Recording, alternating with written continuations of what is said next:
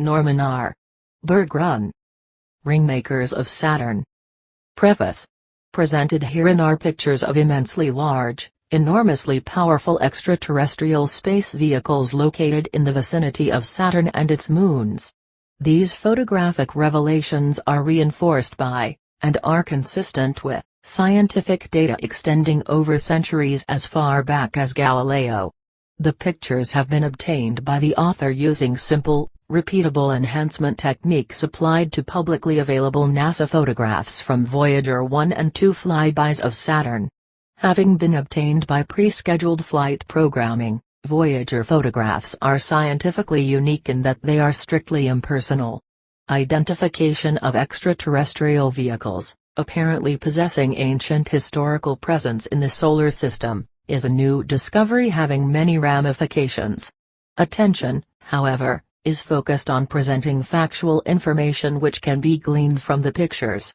Cameras, being well-established scientific instruments, provide direct data of the seeing is believing variety. Despite their straightforward characteristic, actual photographs probably will not establish conviction for everyone. For example, personal beliefs may deleteriously impair the communication process. Notwithstanding this difficulty, effort has been exercised to enhance communication effectively through use of supplemental illustrations. Burdening detail of enhancement methodology, aerospace equations and technical jargon intentionally has been omitted to favor simple, broadly comprehensible language. Considerable technical data have been published concerning Voyagers 1 and 2 onboard instrumentation results during the Saturn flybys. Interpretation of the visual data presented poses no conflict with data from other onboard instrumentation. In fact, all data are mutually compatible. Interestingly, the visual data stand on their own without the need for other measurements redundantly to attest to the accuracy of the analysis. A fundamental attribute of any correct analysis is that it supplies answers to a wide spectrum of relevant questions. When the physical nature of a problem is understood, a predictive ability then ensues which enables achievement of new progress. Such achievement can be expressed simply as a breakthrough. Magnitude of the Saturnian breakthrough would appear to be substantial.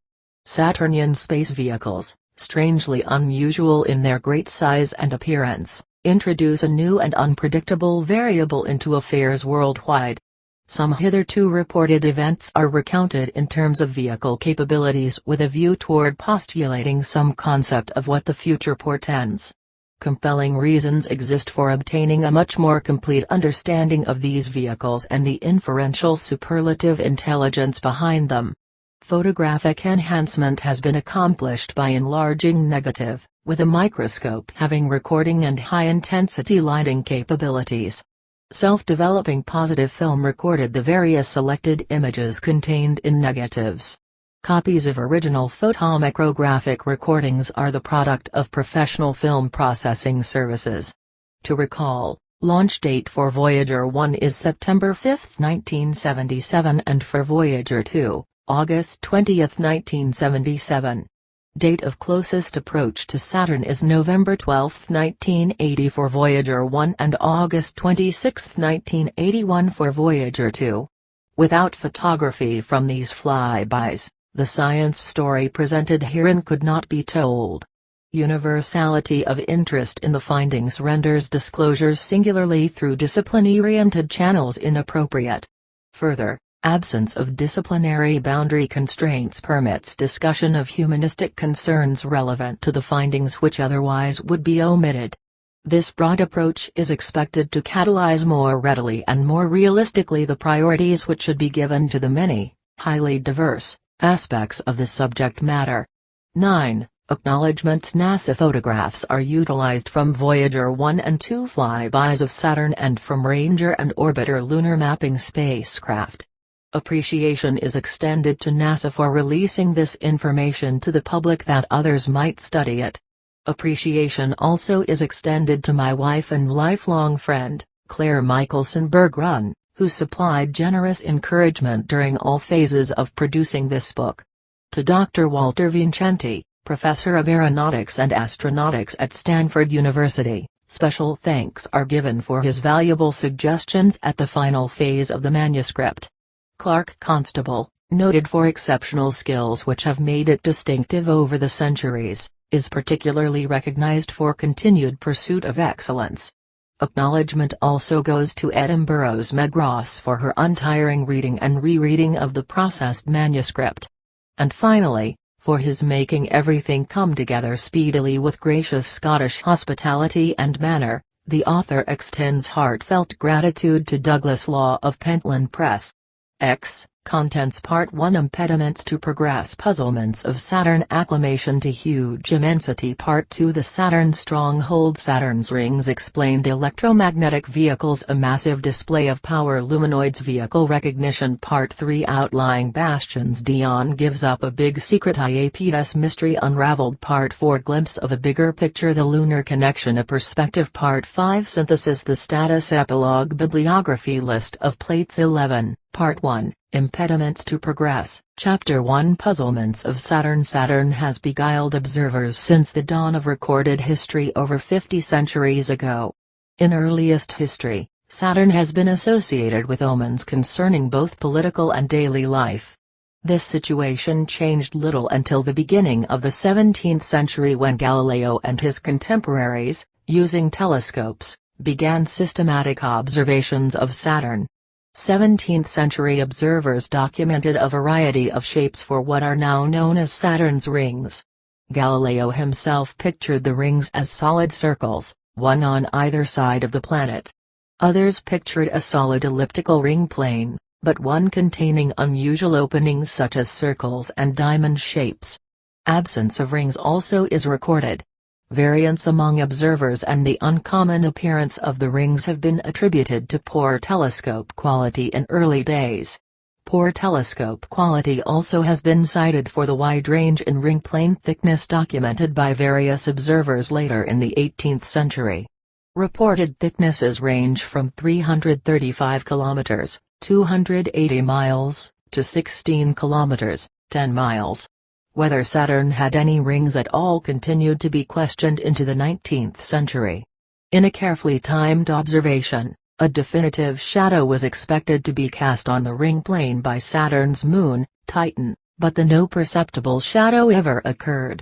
The observer, W. R. Dawes, carefully concluded in 1862 that the rings must be inconceivably thin. Near the end of the 18th century, luminous points were observed on the edge of the ring plane. One of these is reported to have moved off its position. None of the luminous points persisted very long, less than 16 hours, thereby negating the possibility of there being satellites.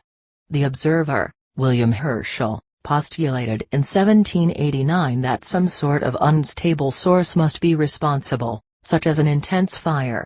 Another puzzlement has been the sighting of one arm of the ring when the other arm could not be detected. Luminous points continued to be reported by discriminating observers into the 19th century. Again, satellites of Saturn had to be ruled out as none could be located in the vicinity. The most astounding and now famous observations of a light source came in the 20th Ringmakers of Saturn century on February 9, 1917. Two astronomers, Maurice Ainslie and John Knight of Great Britain, observed the source independently. Brightness of the source was so intense that Ainslie referred to the object as a star. The star traveled a straight line course which, in effect, subtended a chord across the ring system. Length of the chord was of the order of 125,000 kilometers, 77,700 miles. Observed time to traverse this chordal distance across the ring system was 1 hour and 40 minutes, making the average velocity 21 kilometers per second, 13 miles per second. This value compares with an average velocity for Voyager en route to Saturn of about 13.7 kilometers per second, 8.5 miles per second. That is, the star was about 1.5 times faster.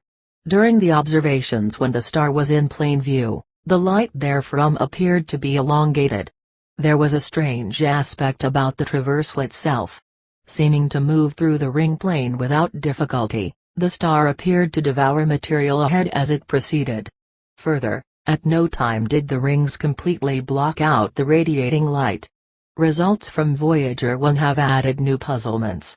For example, so-called spokes of light stretch across part of the ring system. The F-ring, which is positioned alone outside the main ring plane, contains entwined strands or braids, intense electrical discharges similar to, but much greater than, terrestrial lightning have been recorded, and Saturn's moon Iapetus is about 10 times, or 1 order of magnitude, brighter on the sun-shadowed side than on the sun-exposed side. Ring plane thickness has been an exasperating frustration for almost 200 years. Voyager 1 did not shed any new light on the matter. Later, Voyager 2 added mystery to the existing enigma when, on August 26, 1981, instrumentation indicated the effective ring plane thickness to be in the neighborhood of 1,000 kilometers, about 600 miles. This value is about twice those reported at the turn of the 18th century, and over an order of magnitude greater than measurements obtained during the onset of the 20th century. The problem is how to explain such a widespread in measurements of the same thing. Pressure mounts to recognize all ring thickness values as being approximately correct at the time obtained. Such recognition, however, requires discarding a belief that 20th century telescopes could yield vastly better gross ring pattern definition than 18th century telescopes. How is it possible for so many conscientious observer analysts to encounter so many blocks to progress? Part of the answer to this question seems to be that preconceived ideas have been converted into fixed ideas. Then, when new data are received which do not conform to the fixed ideas, an impediment to progress is experienced. The reported an estimate of magnitude expressed as a power of 10. 4. Puzzlements of Saturn. Variance in ring plane thickness is a really good example. A preconceived idea which tacitly has become fixed is that ring thickness should be a constant, whereupon, variable thicknesses are intolerable. An impersonal method for dispensing with unwanted measurements has been to attribute variances plausibly to poor quality telescopes. Notwithstanding the tendency to dispose of untoward data, another part of the answer to the question is that something in or about the data is being overlooked. Oversight unobtrusively is convenient when fixed ideas are being promulgated. However, oversight also can occur because of presumptive expectations that confirmative new findings will be obtained. Important facts have an uncanny tendency to remain obscure. Correct explanations of Saturn's mysteries not only must be consistent with flyby observations, but also they must agree with the general thrust of findings by earlier observers. For example, 17th-century observers indicate that Saturn's present annular ring system has not always been so configured. On an absolute scale, 17th and 18th century telescopes admittedly were not sophisticated. However, recorded differences in ring system configurations were made with nearly equally unsophisticated telescopes. Therefore, while minutiae concerning ring shapes can be questioned, gross differences in form most likely are valid. A valid explanation for ring configuration as seen by Voyager flybys should be capable also of encompassing 17th, 18th and 19th century observations. When a single causal mechanism explains several events, the correct explanation almost certainly has been found. Conversely, when a plurality of mechanisms is required to explain several events, the correct explanation almost certainly has not been found. In the former instance, no coincidences are required. In the latter instance, unlikely coincidences are required. Existence of concurrent happenings, or a multiplicity of sequential happenings, only can be hypothesized. Introduction of coincidences into an analysis potentially is fraught with error. Though the facts developed herein resemble science fiction fantasy, impersonal photographs convey real-life non-fiction. Photographs and illustrations, coupled with their captions and labels, provide a skeletal framework of this scientific reference work. Pieces of the Saturn puzzle are presented in an ordered manner. Consequently, the reader is urged to proceed as though each chapter is a prerequisite to the subsequent one. 5. Chapter 2 Acclimation to huge immensity. Incredibly large and powerful objects exist in the universe. As a class, the largest and brightest single objects are star-like radio sources called quasars. An example is quasar 3C273, estimated to be about a light-year across and to produce energy equivalent to about 10 trillion suns. This object is located so remotely that its signals, traveling at the speed of light, require about 30 million centuries to reach Earth. Indeed, the universe is a place in which huge immensity abounds. Memory of this characteristic is essential when shifting thought from familiar terrestrial physical sizes to unfamiliar, extraterrestrial ones. Being only about 1/1000th light-year across the outermost planetary orbit, our solar system is small compared with the size of quasar 3C273. Yet spatially, the solar system is quite immense. For example, the distance between the Sun and its outermost planet Pluto is 3.7 billion miles. Sunlight requires about 5½ hours to journey there, and a spacecraft traveling at only 34,000 miles per hour would require 1¼ decades to make the same trip. In the solar system, 9 planets orbit the Sun. These bodies are enumerated in Table I to illustrate comparative size and position. In Table I, Mercury, Venus, Earth and Mars comprise the inner planet group which orbits nearest the Sun. Jupiter, Saturn, Uranus, Neptune and Pluto constitute the outer planet group. An asteroid belt, not included in the table, lies between the Mars-Jupiter orbits and serves to mark separation between the two groups. Diameters of all the inner planets are less than 1% that of the Sun. Earth slightly outranks Venus in size with a diameter of nearly 1/100th, 0.92%, that of the Sun. Except for Pluto, all planets in the outer groups have diameters greater than 3.6% of the Sun's. Of all planets, Jupiter is the largest with a diameter slightly exceeding 1/10th, 10.1%, that of the Sun. Saturn is second largest with a fractional comparative diameter of 1/11, 8.7%. An appreciation of the relative spacing of the planets with respect to the Sun can be obtained by noting time for sunlight to be received. Inner planets receive light from the Sun ranging distance traveled by a particle moving at the speed of light for a year.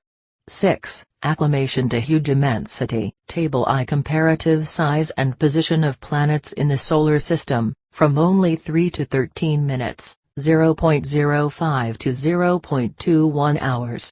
In contrast, outer planets receive light ranging from about 3/4 to 5½ hours. As between Earth and Saturn, the time differential for a light signal is almost 1¼ 1.32 - 0.14 hours. This time corresponds to the shortest orbital distance between the two planets of 8.55, 9.55 - 1.00 astronomical units, or 794.3 million miles. By Earth standards, the approximate 800 million miles to Saturn is an immensely large distance. Voyager 1 traversed approximately this distance and took over 3 years and 2 months to do so. Voyager 2 on its journey to Saturn traversed about 1.4 billion miles, a journey requiring slightly more than 4 years. Historically, these accomplishments are superb. However, limited speed and load-carrying capability of 20th-century spacecraft preclude extensive excursions in or beyond the solar system. Significant improvement in this restricted ability to travel extraterrestrially awaits the application of nuclear power to spaceflight propulsion systems. Technological limitation is not the only impediment to space exploration. There is also the problem of sustained economic support for long, expensive space flights. These severe restrictions suggest strongly that more should be expected from spaceflight than extensive data generation. Data analyses are the key. Analyses must be directed 7, Ringmakers of Saturn, toward pinpointing, in a timely manner, specific worthwhile objectives for succeeding flights. A long wait, say 10 years, before data from a flight are digested comprehensively, does not permit plans for subsequent flights to benefit very much from prior experience. Apropos, 6 years after launch, Voyager flights return no compelling reasons for undertaking further flights to Saturn or to any other part of the solar system. The purpose of this treatise is to demonstrate that compelling reasons indeed do exist for urgent further exploration of Saturn and environs. Therefore, let us focus now on the Saturnian complex and concentrate attention there. Since the Galilean period nearly 400 years ago, Saturn's most notable feature has been its rings. These rings span 22 Earth diameters and extend on either side of the planet an equivalent of 1.13 Saturn diameters. Sufficient consistency in plan form of the ring plane has been displayed over time such that designations could be assigned to various regions. Starting from the outer edge of the ring plane and progressing inward, 4 rings have been designated, A, B, C and D. A narrow separation occurs in the outer extremity of the A ring called the Encke division, after the discoverer Johann Encke. The A and B rings are considered non-contiguous, being separated by a space called the Cassini division after the Italian-born French astronomer. The inner edge of the B ring also constitutes the outer edge of the C ring. The D ring fills a space from 1.1 Saturn radii to the inner edge of the C ring, a ring having a so-called crepe texture.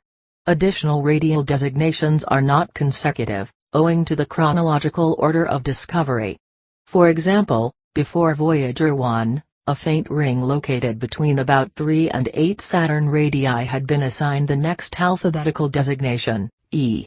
Then Voyager 1 found 2 rings between the A and E rings. These latter 2 rings have been designated F and G, with the F ring being innermost. Photographic imagery from Voyager 1 has credited Saturn with 15 satellites, or moons. Voyager 2 added several more. Of the entire total, only 8 are spherical bodies, the remainder all being irregularly shaped. Enumerated in progressively outward orbital locations from Saturn, the spherical satellites are, Mimas, Enceladus, Tethys, Dione, Rhea, Titan, Iapetus and Phoebe. The first 4, Mimas, Enceladus, Tethys and Dione, lie within the radial expanse of the E ring. Rhea, at 8.7 Saturn radii, orbits closely outside the E ring outer edge, 8.0 Saturn radii. Titan, Iapetus and Phoebe are quite remote, being at about 20, also called by some authors the Keeler division or gap, for American astronomer James E. Keeler. 8. Acclimation to huge immensity, A. Rings, B. Spherical satellites Plate 1, rings and spherical satellites of Saturn. Radius of Saturn is 60,330 kilometers, 37,490 miles. 9. Ringmakers of Saturn, 59 and 215 Saturn radii, respectively. Practically all irregularly shaped satellites occupy the zone between the A and G rings. 2 of these, 1980s-27 and 1980s-28, are unique in that they orbit tidally astraddle the F ring. This particular pair has been designated shepherding satellites. Saturn's rings and spherical satellites are summarized pictorially in Plate 1, Parts A and B. Part A shows the relative spacing of the rings with their classical nomenclature. Part B shows spherical satellites in their relative orbital spacing. Mimas, Enceladus, Tethys, Dione, Rhea and D ring are close to Saturn compared with the outer satellites Titan, Iapetus and Phoebe. Considering the Saturn system boundary defined by the orbit of the outermost satellite Phoebe, the system diameter is 26 million km, 16 million mi, also equivalent to 0.17 astronomical units. The system span measures about half the distance between the Sun and the innermost planet Mercury, 0.39 astronomical units. Saturn is an order of magnitude larger than Earth. Yet Saturn is regarded with wonder and astonishment, not because of its large size, but because of perplexity aroused over its dramatic rings. A widely held, Popular view is that ring divisions are always located in the same place. This mythical view persists despite observational reports indicating significant variability in ring division location. An exemplary case in point is the Encke division. After Professor Encke's announcement concerning discovery of a gap in the A ring, some observers could not find the alleged separation at all. Others who succeeded reported the gap located at various distances inboard of the A ring outer edge. Distance of the Encke gap inboard from the A ring outer edge can be expressed non-dimensionally as a fraction of the entire A ring radial width. Fractional distance locations of the Encke gap inboard of the A ring outer edge show appreciable variation as follows: 0, 1/4, 1/3, 2, 5 and 1/2. According to these data, constancy of location within the A ring definitely is not an attribute of the Encke gap. There have also been indications of other variations in ring geometry. Different ring plane thickness values have been reported as well as different values for width of the Cassini gap. Cassini gap width variation, as much as 33%, reflects time variant radii for the firing outer edge and the A ring inner edge. An impression is conveyed that latest reported measurements purport to be the true ones when, in reality, all might be quite nearly correct at time of observation. General reluctance to accept variable ring system geometry occurs because of apparent failure to identify a physical mechanism suitable for producing recurrent change. Presented in Plate 2 is a photograph of Saturn exhibiting circularly 10, acclimation to huge immensity, complete rings. The elliptical appearance of the rings is due to the angle at which the ring plane is viewed. Near the ends of the major axis of the ring ellipse, the Encke division can be identified by a short, dark arc. By scaling the photograph along the ring major axis, the Encke division is found located a fractional distance of 1/5 the A ring width from the Plate 2, Saturn, second largest planet in the Solar System, exhibiting circularly complete rings. Ring outer edge. This value is at the low end of the historical range of reported values. Separation of the A and B rings by the Cassini division also is evident in Plate 2. This division shows as a clear space across the face of Saturn, then as a dark and broad continuous arc throughout the remainder of the ring. Ratio of the A ring breadth to the B ring breadth scales 3:5. On the same scale, Saturn is 21.6 units in diameter.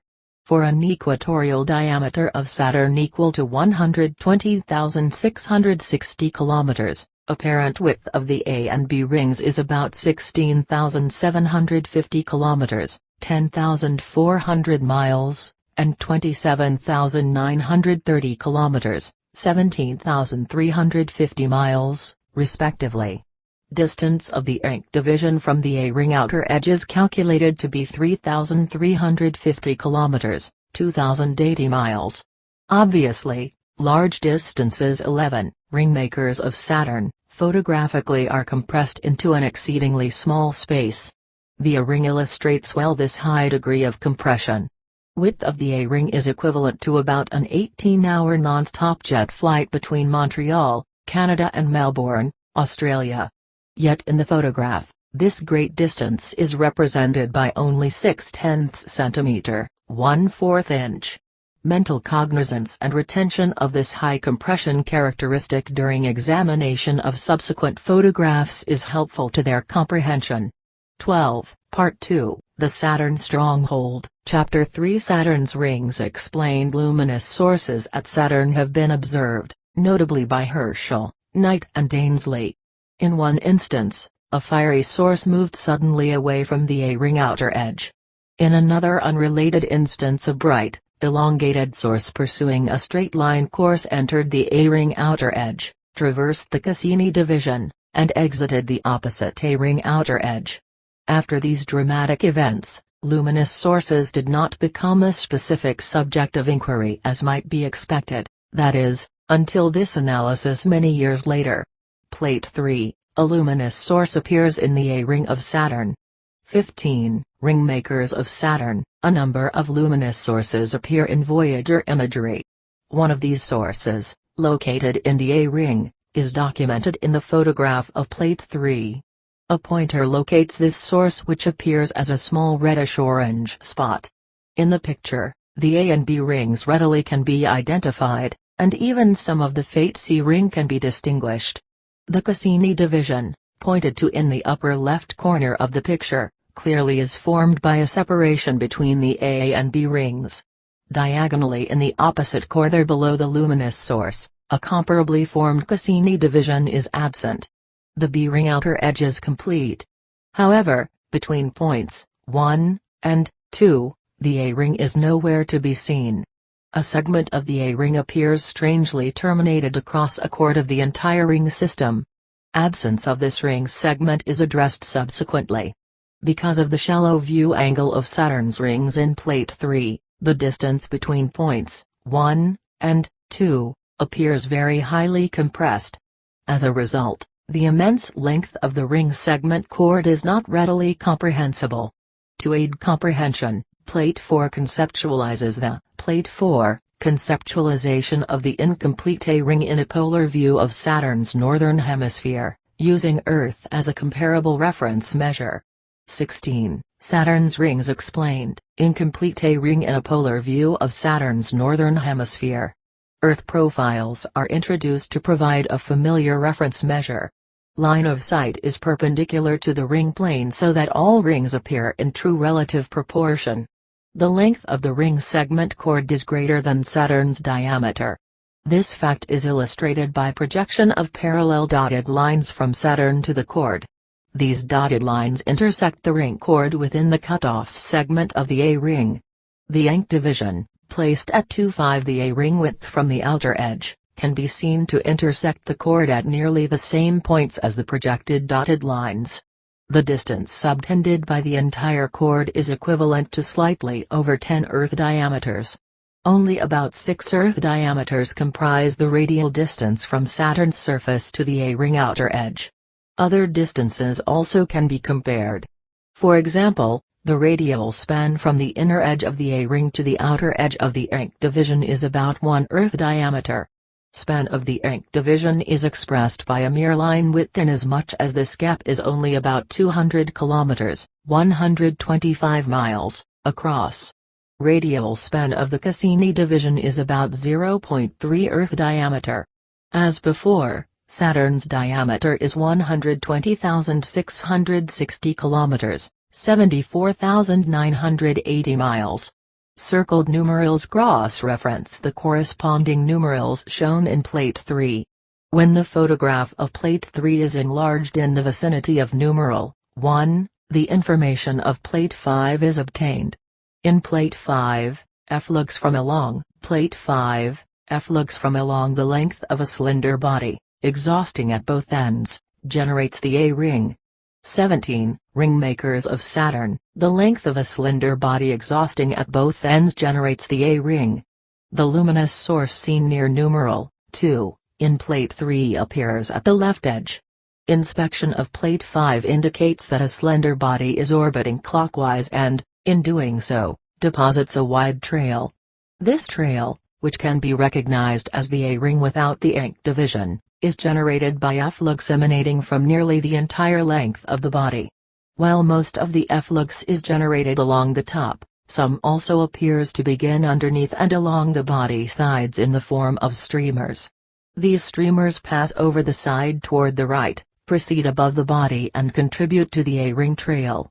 Presence of exhaust flames from each end of the body and the bulgy appearance of the streamers as they pass over the body suggest a circular cross-section for the body.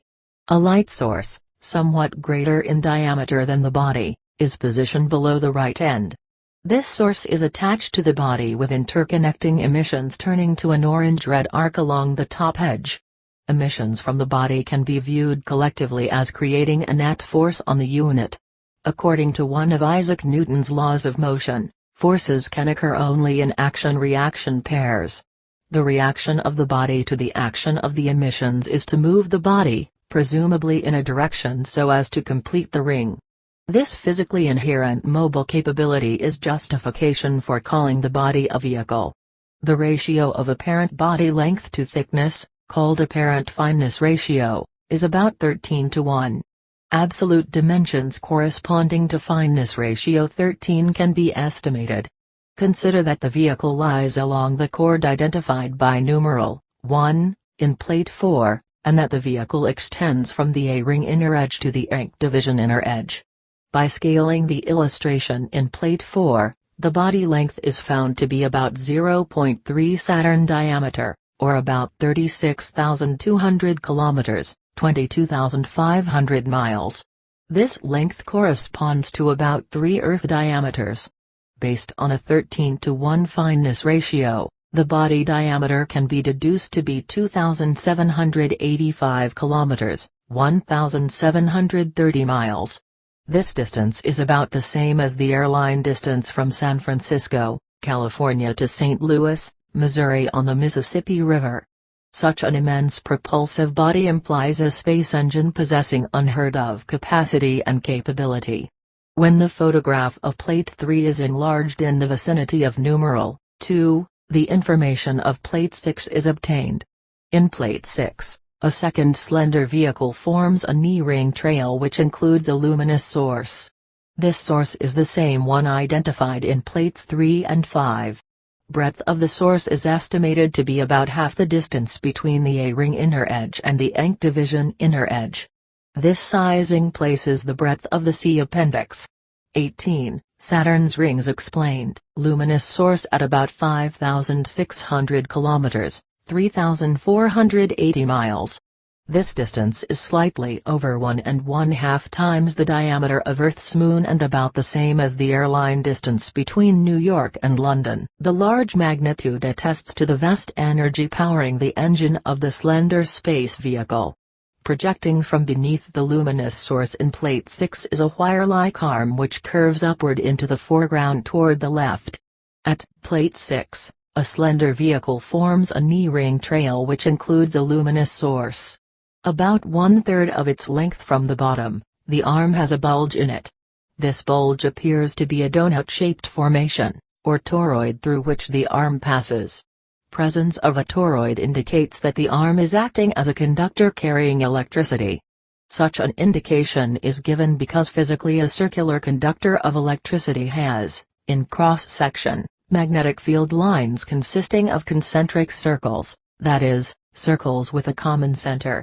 Magnetizable matter caught in such a field will align itself concentrically with the conductor and collectively assume a toroidal shape. Diameter of the conductor is in the neighborhood of 350 kilometers, 220 miles.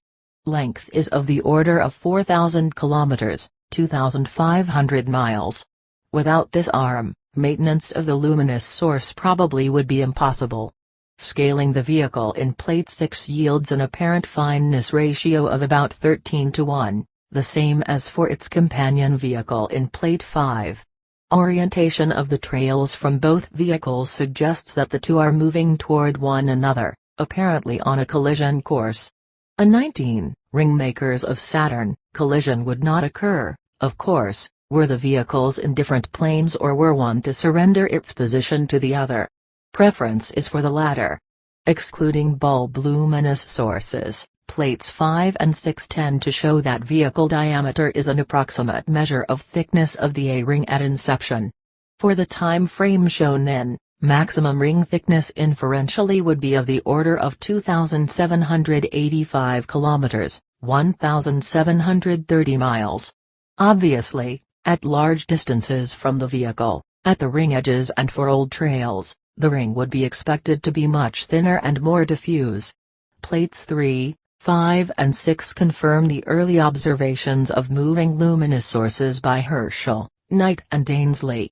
Herschel is credited with a source of variable luminosity, possibly of a fiery character. Knight and Ainslie reported a luminous source as bright as a star. Both descriptions fit acceptably well that which is discerned from the three plates. An additional commonality exists between the Knight-Ainslie event and the two vehicles in Plates 5 and 6. Specifically, the chordal path of the Knight-Ainslie moving source is the same chordal element defined by the location and orientation of the two vehicles. Whether these chords are in the same approximate position around the ring is beyond the scope of this inquiry. Plates 5 and 6 reveal that width of the Cassini division occurs neither accidentally nor with exact repeatability. The reason is that the basic spacing depends upon the radius at which a mobile vehicle orbits with respect to the B-ring. Even though this orbital radius might be constant, a substantial degree of variability in character of the trailing flux can alter the radial location of the inner edge of the A-ring. Also, the extent of flux emission along the length of a vehicle can influence the width of the Cassini division. These possibilities for differences explain the variability in measurements by different observers over the years. Fairly narrow tolerances, astronomically speaking, on the radius of the B-ring outer edge and the A-ring inner edge have led observers to conclude that the Cassini division is a true gap. That the Encke division is a true gap has been doubted because of its apparent absence from time to time. Actually, the Encke division is formed in the same manner as the Cassini division, and in this sense, the Encke gap is just as true a one as the Cassini gap. Plate 7 shows formation of the Encke division. In the plate, the A and B rings as well as the Cassini division can be recognized. Once again, a vehicle is found depositing an orbital trail. Efflux emanating primarily from the radially outboard 2/3 of body length is responsible. Clearly, were the vehicle located at a slightly shorter radius, the gap would be lessened. Widths reported for the Encke division range from approx. 20, Saturn's rings explained, mainly 200 to 320 kilometers, 125 to 200 miles. Nominally, this gap width is equivalent to a variation in orbital radius of only about 1/4 of 1%. The implication is that orbital radius of vehicle position is set very precisely in order to have a gap produced. Inspection of the vehicle reveals numerous jets issuing from many different positions around and along the body. A fan of 3 jets appears to form the Plate 7 formation of the Encke division. Inboard part of the trailing efflux. Each jet appears to consist of a series of bulbous swellings. Such swellings are indicative of the form of electrically charged flows known as pinched plasmas. Length of the vehicle appears to be about 10 times its diameter.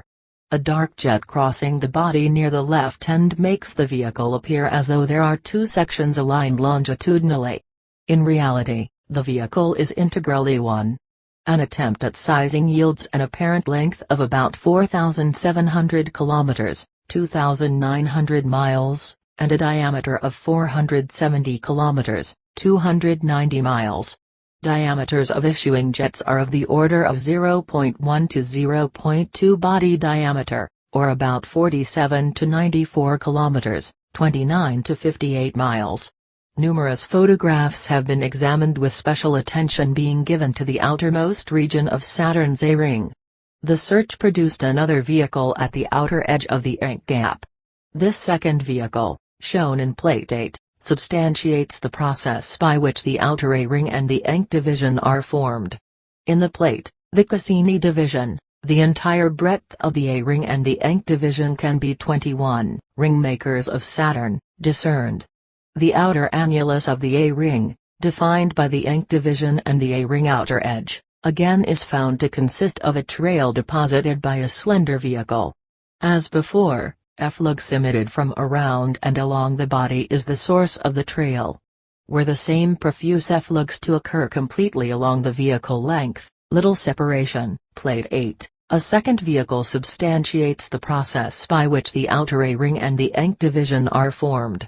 Would prevail between the new trail and the older, inner A-ring deposits. Geometry of the trail and vehicle radial location produces an Encke division whose center line is located inboard from the A-ring outer edge about 1/5 the A-ring width. Apparent fineness ratio of the vehicle is 13 to 1 as compared with 10 to 1 for the vehicle of Plate 7. Sizing yields a length of about 5,200 kilometers, 3,200 miles, and a diameter of 400 kilometers, 250 miles. While the two vehicles roughly are comparable in magnitude and quite similar in certain respects, they also have differences. A notable difference is that the instant vehicle seems to 22, Saturn's rings explained, have a longitudinal exhaust whereas the previous one very definitely does not. Differences in length and longitudinal body flux distribution lead to a difference in width of the ink division. For the shorter vehicle, ink division width is about 1% of the distance between the A-ring inner and outer edges. For the longer vehicle, the ink gap width is about 6% of A-ring width. Nominal values reported are in the range of 1.5 to 2%. A conclusion is reached that the A-ring outer annulus can be constructed with vehicles having different lengths and emission patterns. Therefore, the ink gap can be located almost anywhere, or not at all, within the A-ring depending upon length and positioning of the vehicles forming the inner and outer annuli. In view of this possibility, the difficulty of early observers in pinpointing a single radial location for the ink division is now readily understandable. Inability to obtain unanimous opinion for ring thickness is also explained. Formation of the Cassini division might be expected to follow a development pattern similar to the ink division. Specifically, a vehicle should exist which spaces the B-ring inboard of the A-ring inner edge so as to form the Cassini division. That this expectation is realistic can be shown by Plate 9. In this plate, a partially developed ring system is shown exhibiting a cylindrical vehicle positioned across the B-ring. An apparent included angle of about 30 degrees is formed by two, Plate 9, partially developed ring system exhibiting a transversely positioned cylindrical vehicle I the B-ring. 23. Ringmakers of Saturn, imaginary lines having a point of intersection on the ring's outer edge. One line is the vehicle longitudinal axis and the other, a line perpendicular to the outer ring edge, that is, a radial line, at the point of intersection. Body angularity less than 90 degrees with respect to the radial direction indicates that the vehicle occupies a slewed position within the ring. A slewed position is consistent with that observed for vehicles located in the inner and outer A-ring annuli. In Plate 9, ends of the B-ring vehicle are labeled. At the left end, a short length of axial exhaust is detectable. An implication is that condensed and solidified exhaust products are the primary constituents of the C-ring. At the right end, the axial exhaust stream can be identified passing through the A-ring. Penetration of the stream through the A-ring vaporizes in-path material and renders the ring discontinuous.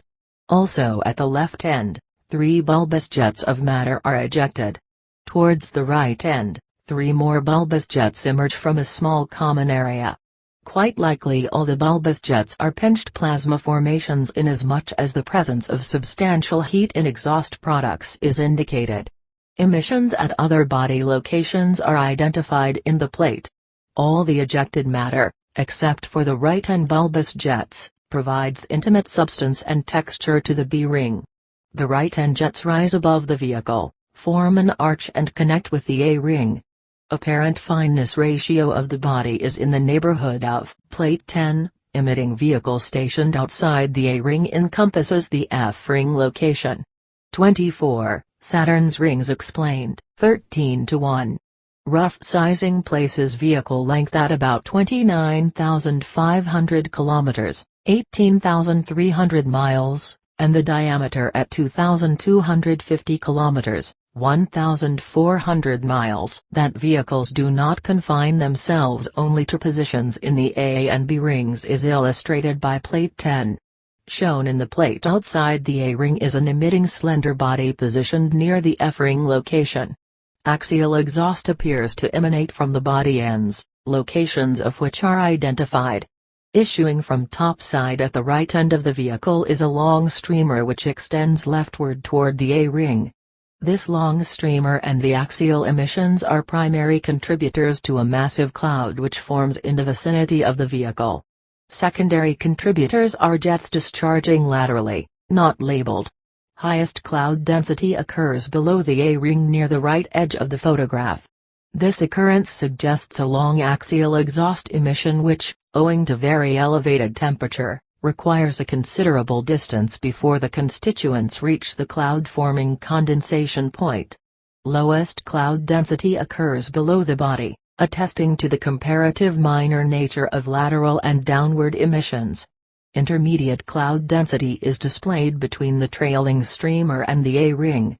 In the vacuum of space where the environmental pressure is practically zero, a cross-flow can occur only because of an electrical pressure difference between 2 points. An electrical pressure differential causes electricity or electrons to flow from the higher pressure to the lower one.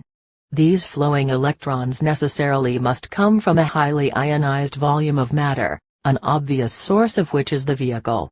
This situation again points to the reasonable presence of pinched plasma formations.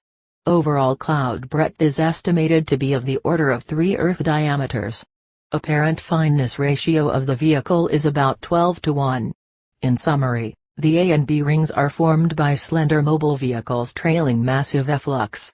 The Cassini division and the Encke gap within the A ring are created simply by definite radial spacing of the respective formative bodies. The C ring and the F ring formations apparently depend upon the presence of a nearby vehicle. At birth, the A and B rings appear to have electromagnetic properties. In view of the generating mechanism, heretofore confusing variations in observational results now become explicable. 25. Chapter 4 Electromagnetic Vehicles. Mobile capability and prevalence of slender vehicles introduce a distinct possibility that similar units might exist beyond the F-ring region. Further, presence of a vehicle is likely whenever rings appear. Such likelihood is in consonance with the explanation for the A and B rings.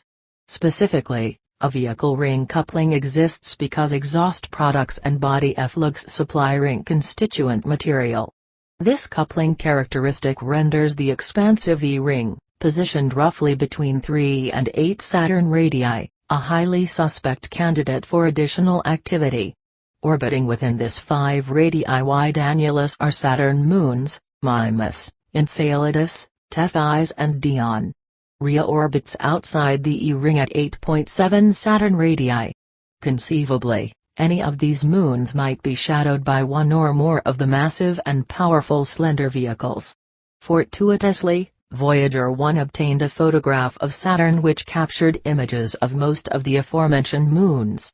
This photograph, presented as Plate 11, shows Saturn, 5 Saturnian moons and an unexpected luminous image. Named clockwise starting at the upper right, the moons are Titan, Enceladus, Mimas, Rhea and Dione. The luminous image lies between Dione and Rhea. Superficially, this image would appear to be a moon-like object comparable in size to its adjacent companions. Logically, a question arises as to the validity of this image. Is the image an artifact of processing, or does it indeed represent the image of a real object? Indications are that the image is that of a real object. Mimas and Enceladus are only about half the size of Dione and Rhea, yet these two moons show clearly. This observation, in absence of any specifically cited photographic malfunction, mitigates against a processing artifact. Position identification of Titan, Mimas, Enceladus, Dione and Rhea is consistent with later known positions of these moons. However, the position of the luminous image between Dione and Rhea does not coincide with the calculated location of Tethys, the only possible moon candidate.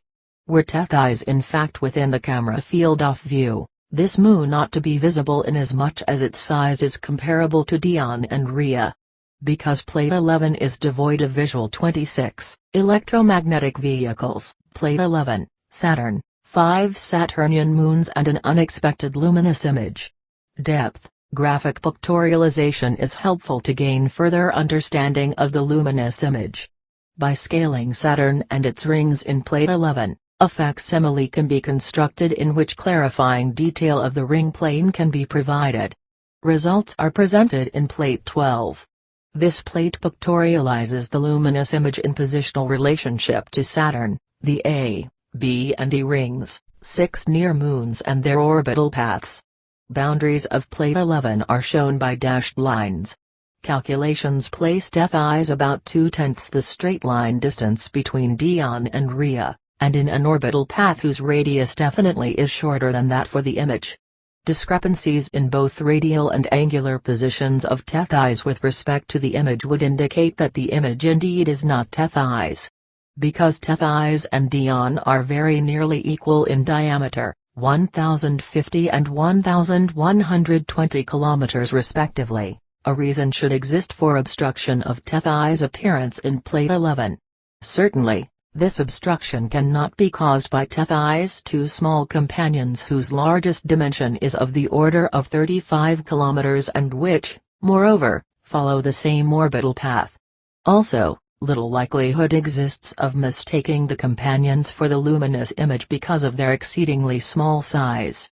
Conclusive insight regarding the true 27, Ringmakers of Saturn, Plate 12, pictorialization of luminous image in positional relationship to Saturn, the A, B and F rings, 6 near moons and their orbital paths. Nature of the image and surroundings rests finally on revelations of microphotographic details of the region enclosed by the dotted lines. Note that the dotted line enclosure excludes Dion and that it does include the calculated position for Tethys. Also observe that Rhea is included at the extreme left, just outside the E-ring. Microphotographic details of the region shown in Plate 12 are presented in Plate 13. This enlargement of the luminous image in Plate 11 reveals a nearby slender vehicle within the E-ring. Were the picture three-dimensional, the body would be seen tilted out of the plane of the paper at an angle of about 45 degrees. The one visible end of the body and the exhaust therefrom are labeled in the picture. The other end lies obscured behind a luminous jet which projects laterally leftward from the body. Emissions issue in knotted rolls both above and below the lateral jet. These rolls develop an expansive labyrinth giving the E-ring a cloudy appearance. The labyrinth below the lateral jet serves as a connection to the image.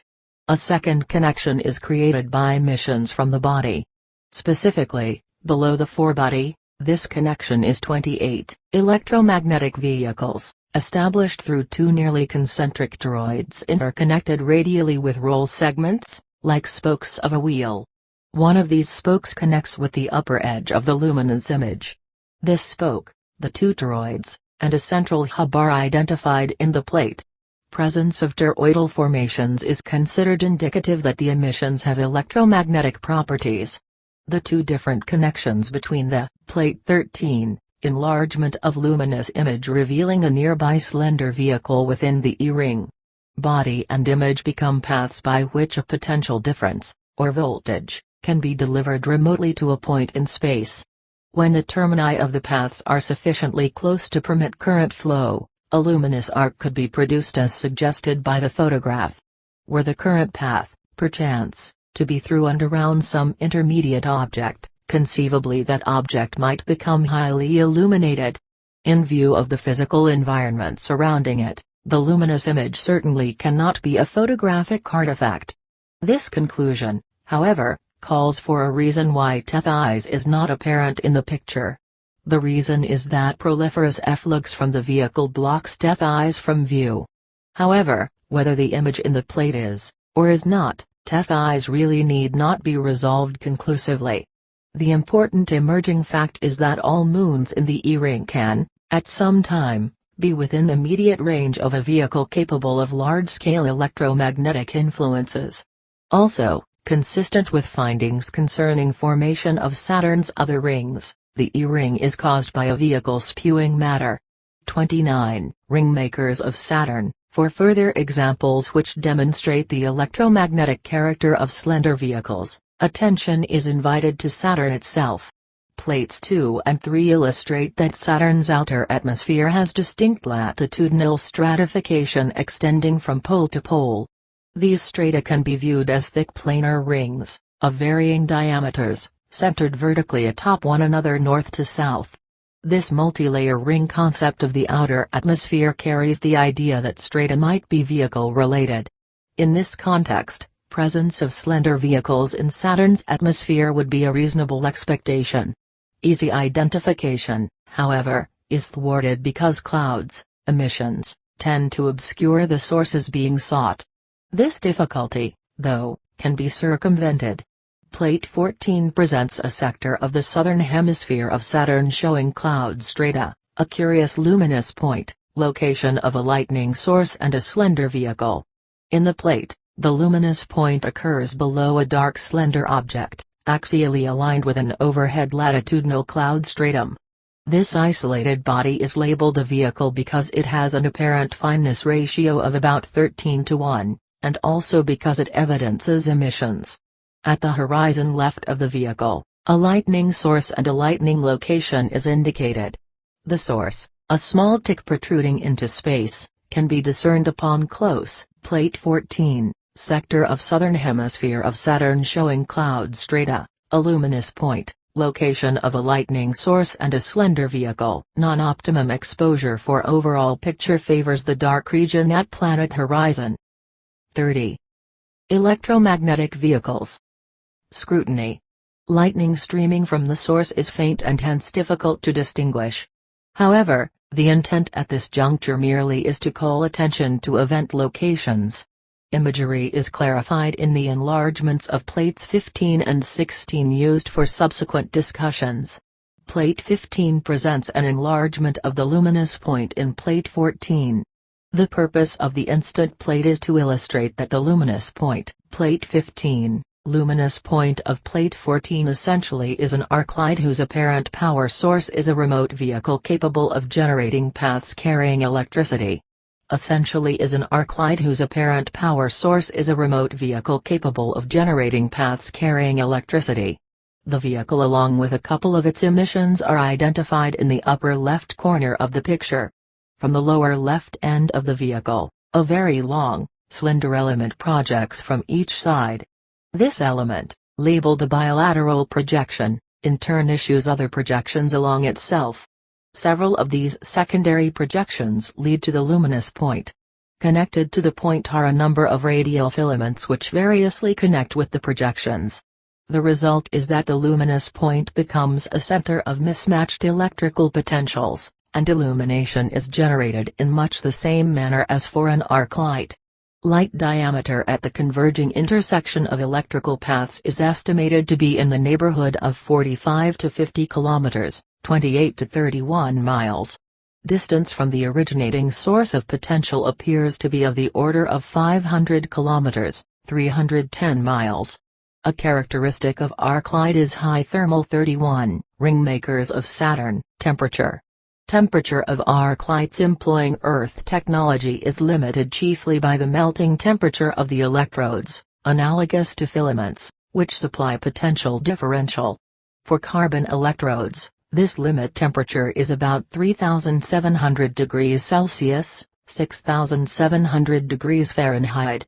Even this modest temperature is adequate to melt most solids indigenous to Earth. The luminous point filament electrodes, in all probability, develop much higher temperatures. Because the isolated luminous point of light implies a current flow, which in turn implies a magnetic field, the conclusion is reached that the source vehicle and surroundings are electromagnetic in character. Plate 16 presents two lightning bolts in and above Saturn's cloud tops. This photograph is an enlargement of Plate 14 in the area labeled lightning location and lightning source. To improve visual orientation, the picture has been inverted so that dark space occurs in the upper half of the frame and a small section of Saturn in the lower. Plate 16, two lightning bolts appear in and above Saturn's cloud tops. Photograph is an enlargement of Plate 14 in the area labeled lightning location. 32. Electromagnetic vehicles, half. In the discussion of Plate 14, the terminology tick protuberance has been used in referring to the lightning source. This plate reveals that adjoining points, 1 and 2, really constitute the tick protuberance. The lightning location is clarified in that a lightning bolt emanates from point 1, and another is connected contiguously to point 2. Length of the upper lightning bolt is estimated to be of the order of 400 kilometers, 250 miles. Length of the lower bolt is of the order of 350 kilometers, 220 miles, for a total length of 750 kilometers, 470 miles. Bolt diameter is in the neighborhood of 10 to 12 kilometers, 6 to 7 miles. Power to energize this impressively long path to luminous visibility can be traced to a cylindrical vehicle positioned directly below the lower lightning bolt. Helpful clues regarding vehicular presence are two wishbone-shaped filaments, the spread ends of which straddle the cylindrical body. Point 2 locates the tip of the larger wishbone filament, and point 3, the smaller. Lateral spread in each of these filament pairs helps establish the body breadth and also the orientation of the longitudinal axis, shown added in the plate. One end of the body appears to lie to the left of the lower lightning bolt about 3 bolt widths away. Highlighting the left end is a luminous exhaust stack having a rounded leading edge profile which presents an elliptical face. An elliptical end face is consistent with an angular view of the longitudinal axis for a body having a circular cross-section. The right end of the vehicle is considered to lie centrally beneath a U-shaped cloud bisected by a small roll cloud. Inferentially, the bottom tip of the lower lightning bolt would appear to originate from a port in the side of the vehicle. Upon port exit, ejecta rise up across the body surface, then turn rightward to bridge points 3 and 2. Flow continues into pivotal point 1.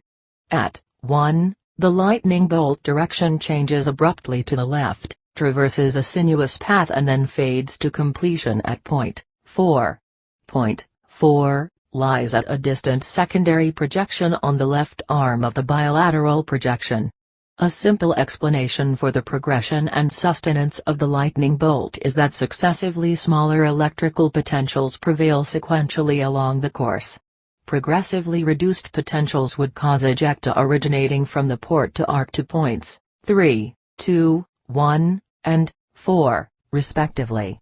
These lightning bolts have some resemblance to terrestrial lightning, but they are far more immense in both length and breadth. This immenseness implies an intense magnetic field having substantial far-reaching effect in terms of reacting with other existing fields. Many strange shapes might occur because of such interaction. A propulsive body capable of creating such an environment, indeed, appropriately is called an electromagnetic vehicle. 33. Chapter 5 A massive display of power. Saturn investigations for years have portrayed the ring system as comprised of primordial matter. The utter idea that the rings might be quite young is uncomfortable to primordial advocates because a key assumption is placed in jeopardy. Previous chapters have pictured several different electromagnetic vehicles actually depositing the A and B rings, plates 5, 6 and 7. These fortuitous pictures say not only that the ring material is quite new, but also that continuous regeneration can occur. Conversely, ring extinction by vaporization is a realistic possibility. Vaporization could result consequentially from the immense, high-temperature luminous, mobile forms which can be generated. Exemplary forms are a fireball larger than Earth's moon, plate 6. And a lightning stroke almost as long as the state of California, plate 16. Yet still, these displays of power are fairly modest. One of the most massive displays of power is a large-scale disruption, plate 17, a colorful, large-scale narrow-band disruption in Saturn's rings extending across the entire ring system. 34. A massive display of power, in Saturn's rings extending across the entire ring system. This dramatically colorful display, presented in plate 17, gives the rings an appearance of being shifted rightward within a narrow band. A discontinuity band, such as this, is rare in photographs of the A and B rings. Hence the phenomenon likely is aperiodic and of fairly brief duration, perhaps days, or even hours. In addition to the multicolored band, very narrow parallel markings can be seen extending chordwise across the rings in several locations. Further, two luminous sources appear in the right-hand sector of the rings.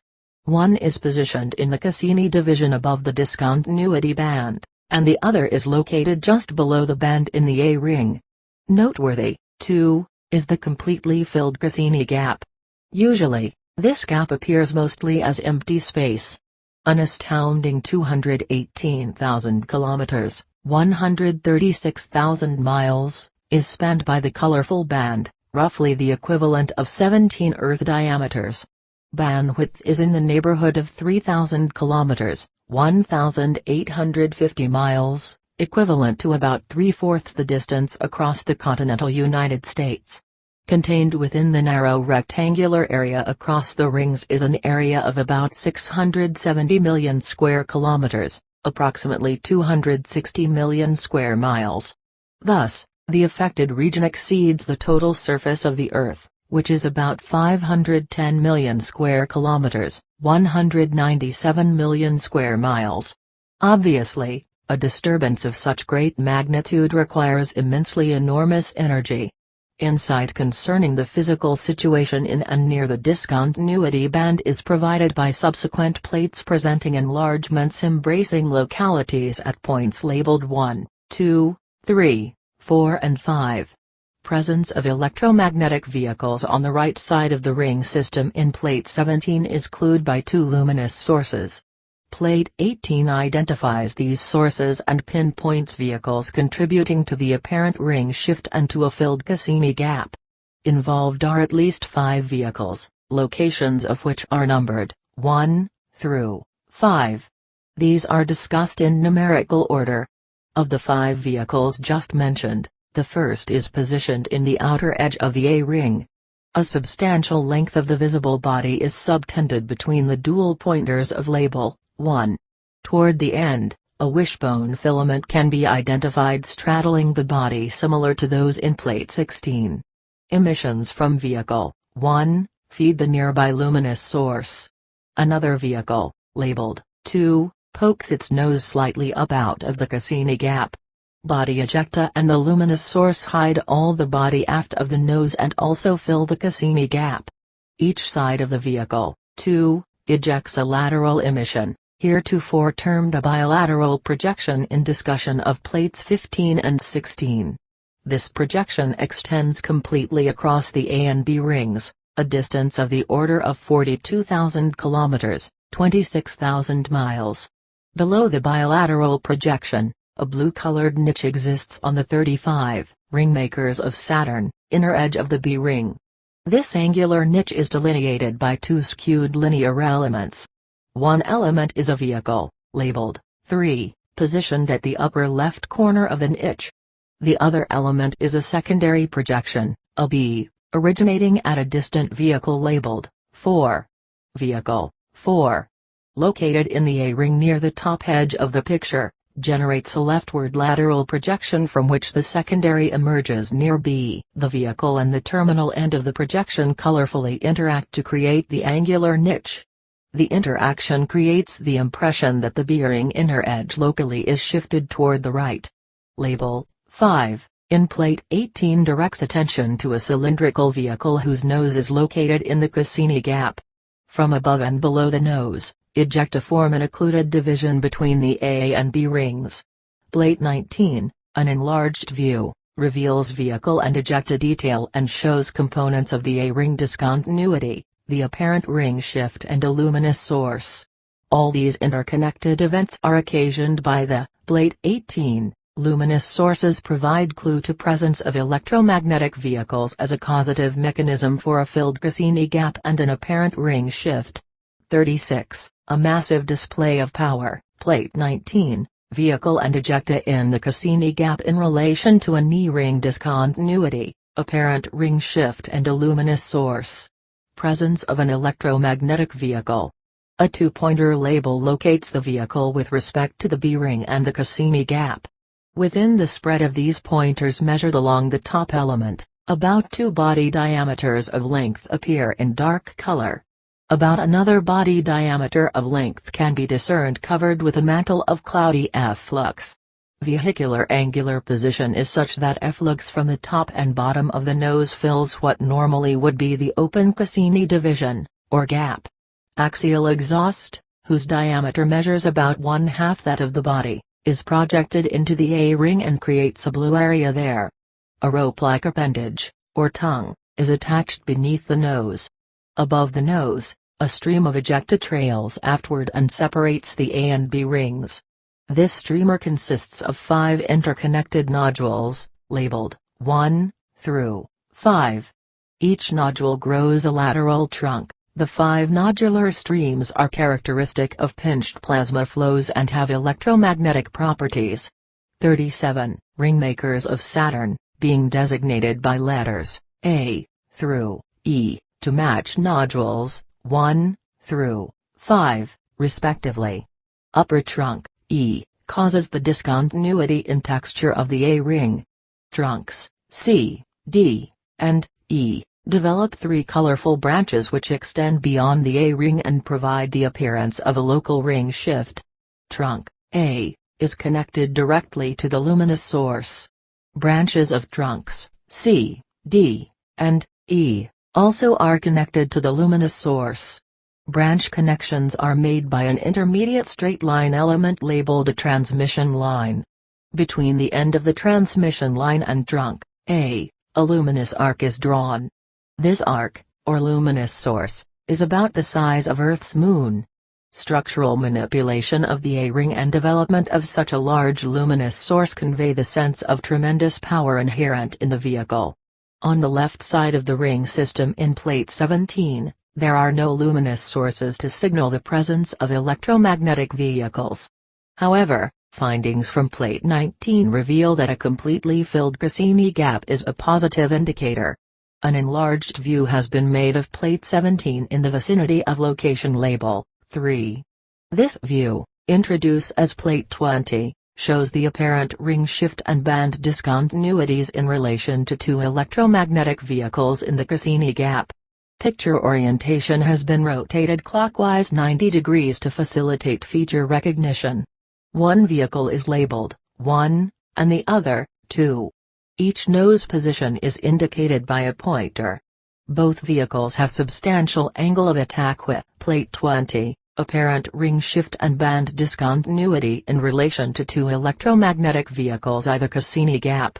38. A massive display of power, respect to the ring plane, perhaps as much as 30 degrees. Consequently, the aft end of each is below the ring plane surface and, therefore, not identifiable directly. Unique emissions, or ejecta, along the body length confirm vehicular presence in the Cassini division. At the nose of vehicle 1, in Plate 20, a unilateral projection extends leftward to demarcate the base of the niche in the A-ring. About a body diameter left of the nose, a perpendicular columnar jet rises and extends to the edge of the A-ring where it disappears. This jet is labeled a secondary projection as it originates from a primary unilateral projection. The 2 projections provide the horizontal and vertical boundaries of the niche which, impressionistically, appears as a local shift of the ring. Cassini gap filler substances are produced for the most part by various emissions along top elements of the vehicle body. Nose ejecta also contribute. One of the sources of filler substances is a hemispherical unit, or turret located about 2 body diameters aft of the nose. Other sources are nodular streamers which are discharged directly from the body surface. 2 such streamers, a large and a small one, are identified in the plate. The base of the larger one is positioned about 4 body diameters aft of the nose. The smaller one starts slightly aft of the larger one. Contributing nose ejecta take the form of a knotty curvilinear jet, or tongue, which protrudes from the bottom of the nose. A secondary projection is emitted vertically downward from this tongue and causes the right-hand discontinuity across the B-ring. Vehicle 2, in Plate 20 is similar physically to 1, in that a tongue, a turret and nodular streamers appear in comparable locations. A unilateral projection also occurs, except that it is further aft, originating at the base of nodular streamers. Slightly outboard of the body, a downward secondary projection develops from the unilateral projection to which other body side emissions contribute. The 2 downward secondaries supply the discontinuity boundaries of the apparent band shift. Crossflow directly connects the secondaries above the unilateral projection. Below, the unilateral projection itself interacts with the 2 secondaries to create somewhat of a diagonal flow. An additional element associated with Vehicle 2 is a junction located at the B-ring inner edge, functioning as a terminator for the unilateral projection. Having planar sides, this junction is tremendously interesting. Planar shapes can be constructed with electropotential fields, but only with appropriate field combinations. Hence, such combinations are not likely to occur by chance. Inferentially, applied intelligence would seem to be required. Examination of the discontinuity boundaries shown in Plate 20, specifically at the bearing inner edge, leads to further discoveries. These 39 ringmakers of Saturn, Plate 21, braided strands, a braiding unit and cross-flow between discontinuity boundaries at the bearing inner edge. Discoveries, presented in Plate 21, become evident upon enlarging the region labeled 4 in Plate 17. Plate 21 reveals braided strands, a braiding unit and cross-flow between discontinuity band boundaries. Creating these discontinuity boundaries is the familiar pair of secondary projections originating at an electromagnetic vehicle in the Cassini division, Plate 20. The projections, labeled 1 and 2, have about equal diameters and are spaced on centers about 6 diameters apart. Attached to the side projection of 1, is a pair of tightly braided strands, A and B. These strands are not connected to the side of projection 2, in the same manner as for projection 1. Instead, a connection is made to a stubby protuberance thereon. Distributed around the protuberance, or braiding unit, are individually attached strands comprising braided strands, A and B. While these separate strands appear quite narrow in the picture, actual width is about 90 kilometers, 56 miles. Considering that the originating source may be as much as 45,000 kilometers, 28,000 miles, distant, such flow is quite remarkable. Issuing from the end of projection 1, are two filaments, A and B. 1A is positioned near the upper part of the terminal face, and the other, B, is located centrally. End flow filament, B, forms an arch between projections 1 and 2. Cross flow between the projections occurs because of a relative potential difference. Arching is due to the potential causing reorientation of the initial flow direction. 40. A massive display of power, remaining to be examined is the central part of the ring system designated as region 5, in Plate 17. This region, exhibited in Plate 22, shows that B-ring emissions become C-ring constituents. In the plate, secondary projections 1 and 2, and end flow filaments, A and B, are the same as previously identified in Plate 21. Similarly, the bilateral projection is the same as identified in Plate 18. Confirming Plate 22, B-ring emissions become C-ring constituents.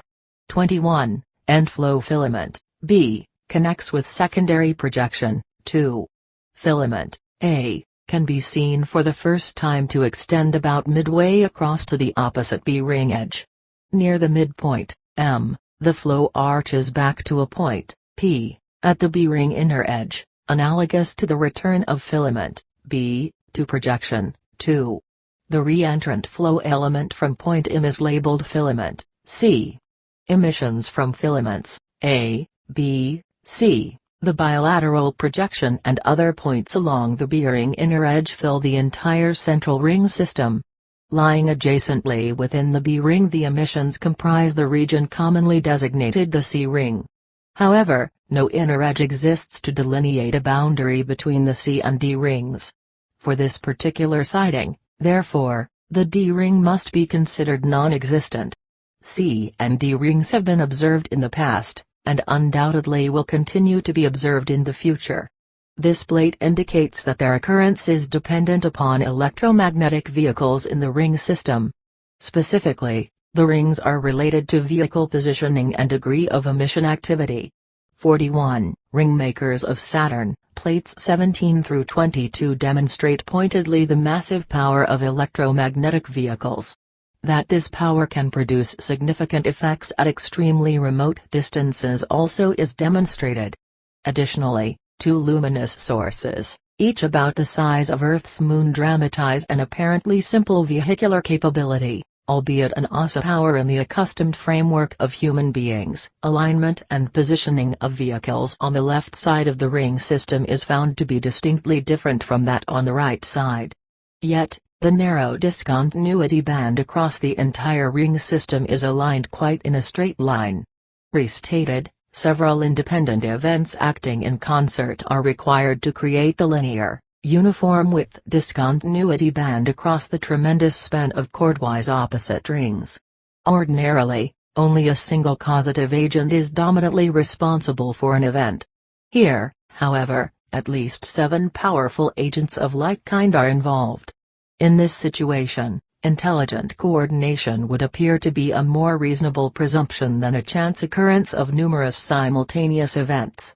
Even were the band caused by a single exceptionally large unit, the discontinuity band can be regarded as something of a big show.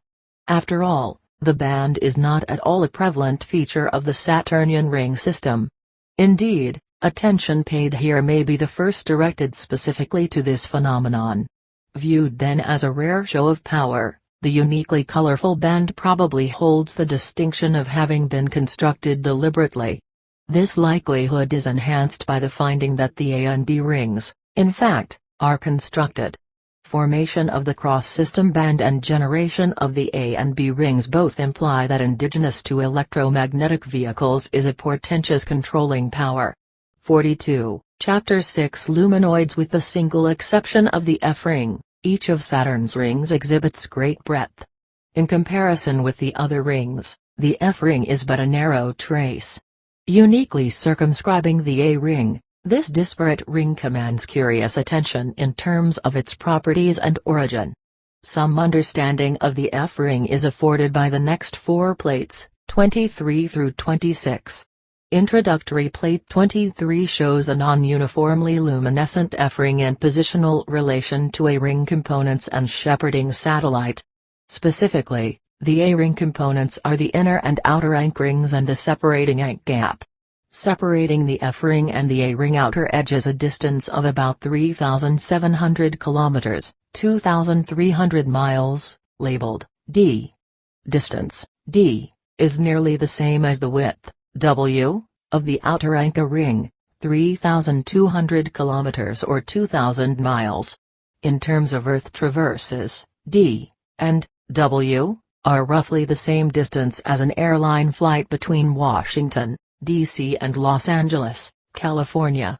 Breadth of the F ring, E, is about 70 to 100 kilometers, 40 to 60 miles, or about 1/3 the ank gap width.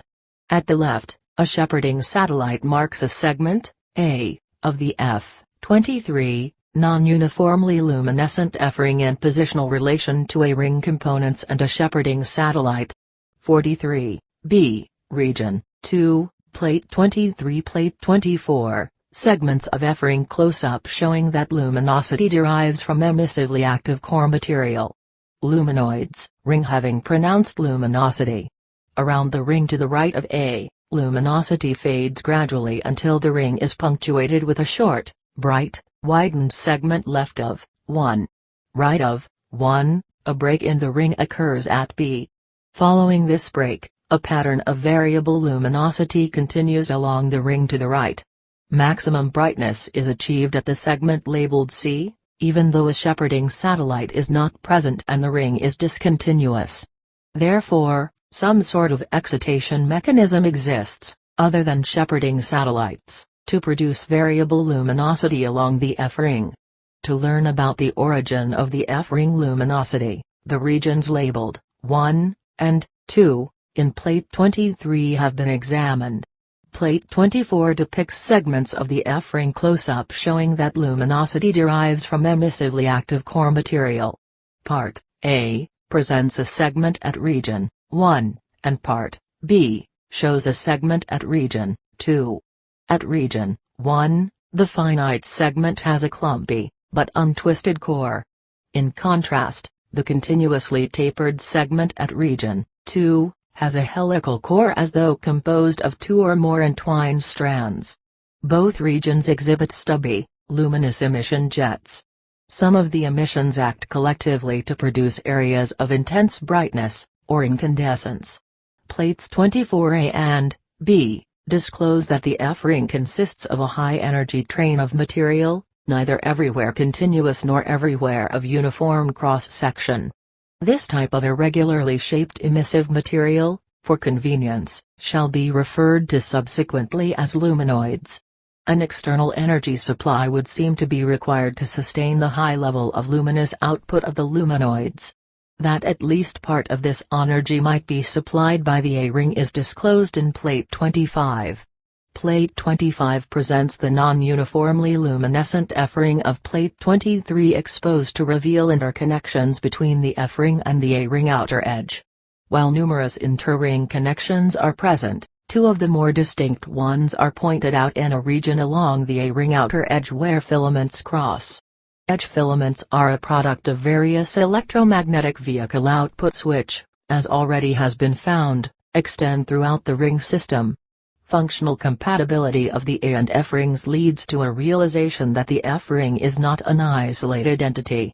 Rather, the F ring is an integral formation in the overall ring system. An F ring photograph, printed popularly in publications to illustrate the phenomenon of braiding, supports the concept that the ring indeed is vehicle-related. Braiding being the extraordinary phenomenon focused upon, concern has not been directed heretofore toward possible existence of other, importantly coupled information. A photograph of this braided F-ring, exposed to bring out Latent 45, Ringmakers of Saturn, Plate 25, non-uniformly luminescent F-ring of Plate 23 exposed to reveal interconnections between the F-ring and A-ring outer edge. Background information is introduced in Plate 26. Plate 26 shows a braided F-ring coupled together with a large object. That part of the object which lies within the picture extends completely across the frame, up to a height, x, from the bottom edge. A relatively light color, in contrast to the upper background, delineates the area just described. That the light area is in fact an object is assured by the presence of two concentric circles whose center, O, lies on strand, L. These circles are indicative of a circulatory magnetic field around center, O. Additionally, surface patterns and shading suggest that the top horizontal element lies farther away than the element along the bottom edge. Further, strand, 2, is straighter above the surface departure point, A, than below it. The greater curvature of strand, 2, between the point of origin and departure point, B, suggests a rounded surface. If this rounded surface is taken to be a circular profile, its radius would be about equal to the distance labeled, x. Half diameter, x, is about 7 times greater than the width, w, of the F-ring. When w is taken conservatively to be about 100 kilometers, 60 miles, diameter of the object would be 1,400 kilometers, 870 miles, very nearly half the diameter estimated for the vehicle of Plate 5. Strand 3, in Plate 26, when traced toward the object, is found to disappear behind 1, such that its surface departure point occurs at 46, luminoids. Plate 26, photograph of braided F-ring exposed to reveal a large coupled object. Point, B. Foreground strand, 1, departs at, C, essentially at center, O, of the concentric circles. Spatial separation of the strand departure points sets up the initial condition which leads to braiding. Once departed, the strands tend to entwine owing to the inherent magnetic fields attendant with constituent luminoidal emissions. At least for the one case of Plate 26, luminoid strands originate from a very large, quiescent object. Knowledge of this specific luminoid source cannot be determined with a high degree of resolution because of paucity of data. There are, however, several highly suspect vehicle components quite capable of producing the F-ring trail of luminoids. An obvious component is the nose section of a vehicle when protruding sufficiently beyond the A-ring. While the nose section of a vehicle is somewhat more active compared with its rear section, activity near the nose could be quite sufficient to generate luminoids, Plates 7 and 8. Luminoids also might be generated from vehicular axial exhaust products, separately or in conjunction with tip matter from trailing body streamers. Moreover, this latter mechanism is compatible with activity between the F-ring and the A-ring outer edge, Plate 25.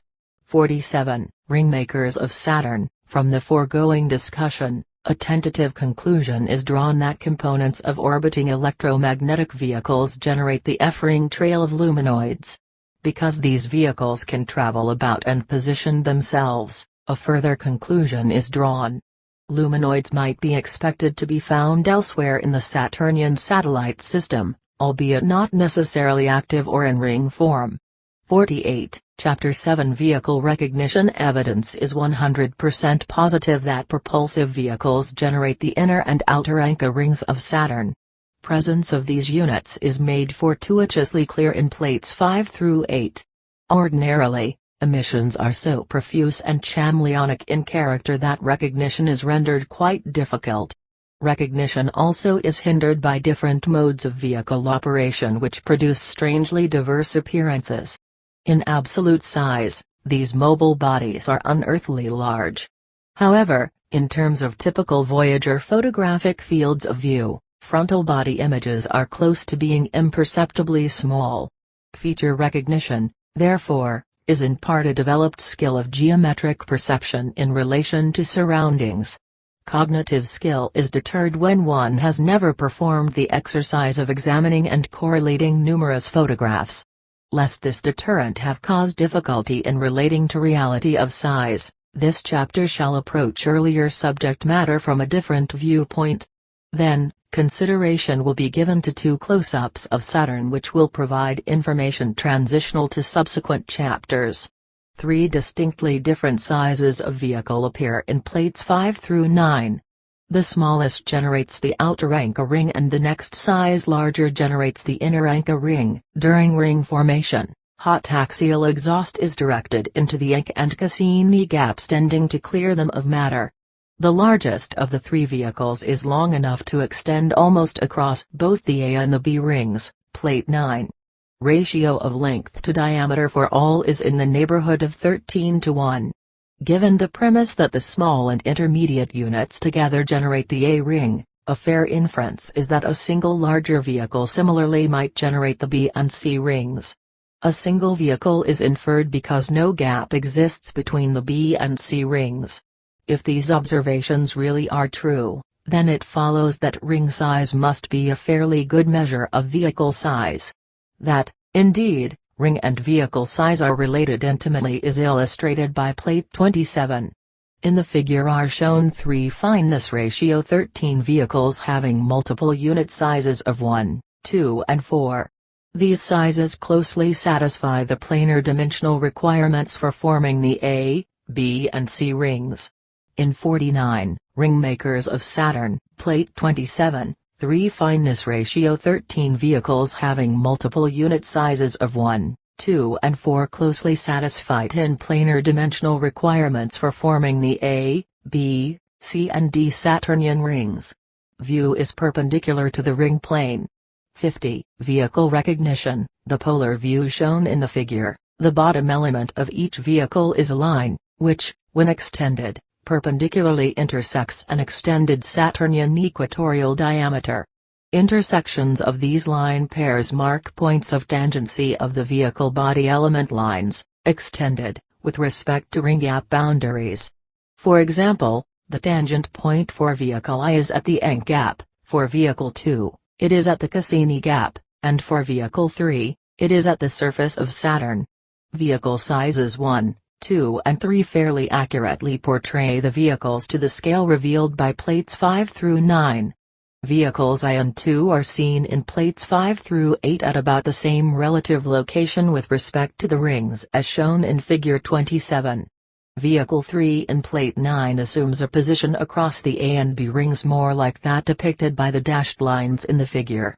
When 12,669 kilometers, 7,874 miles, is taken as the unit length, vehicle 2 is twice the size of I, and vehicle 3 is twice the size of 2. Vehicle lengths in terms of Earth's equatorial diameter are 0.99, 1.99 and 3.97, respectively. Even Vehicle I, the smallest, is large in that its length is almost the same as Earth's diameter. Vehicle III is much more immense. A circular disk having the same cross-sectional area as Vehicle III would cover the United States coast to coast, and extend from the southwestern shore of Hudson Bay, Canada to Mazatlan, Mexico.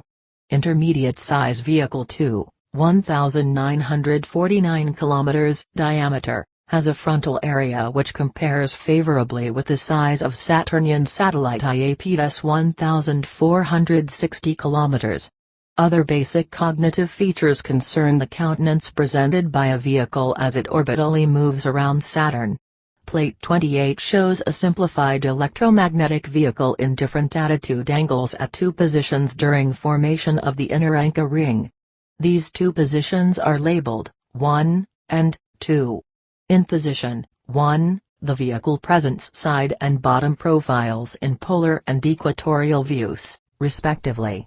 In the polar view shown, the vehicle assumes a skew angle of 15 degrees. Vertex of this skew angle lies on the bottom longitudinal body element at the furthermost point forward. The skew angle is formed by two lines which pass through the vertex. One line island the bottom element whose extension is tangent to the inner adjacent ring and also perpendicular to a Saturn radius extended to the point of tangency, dashed lines. The other line is tangent at the vertex to the inner ring being formed as well as perpendicular to a Saturn radius drawn to the vertex, solid lines. In effect, the initial angle at which a leading edge nose streamer trails back over the body of the orbiting vehicle is equal to the skew angle. To maintain constant width of the inner Anka ring, then, a vehicle must continue in orbit holding a constant 15-degree skew angle. A larger skew angle implies a wider 51 Ringmakers of Saturn ring. Thus, differing measurements by various observers for inner and outer Anka ring widths can be accounted for by variation in skew angle by these ring-forming vehicles. In position 2. The vehicle presents top and side profiles in the polar and equatorial views, respectively.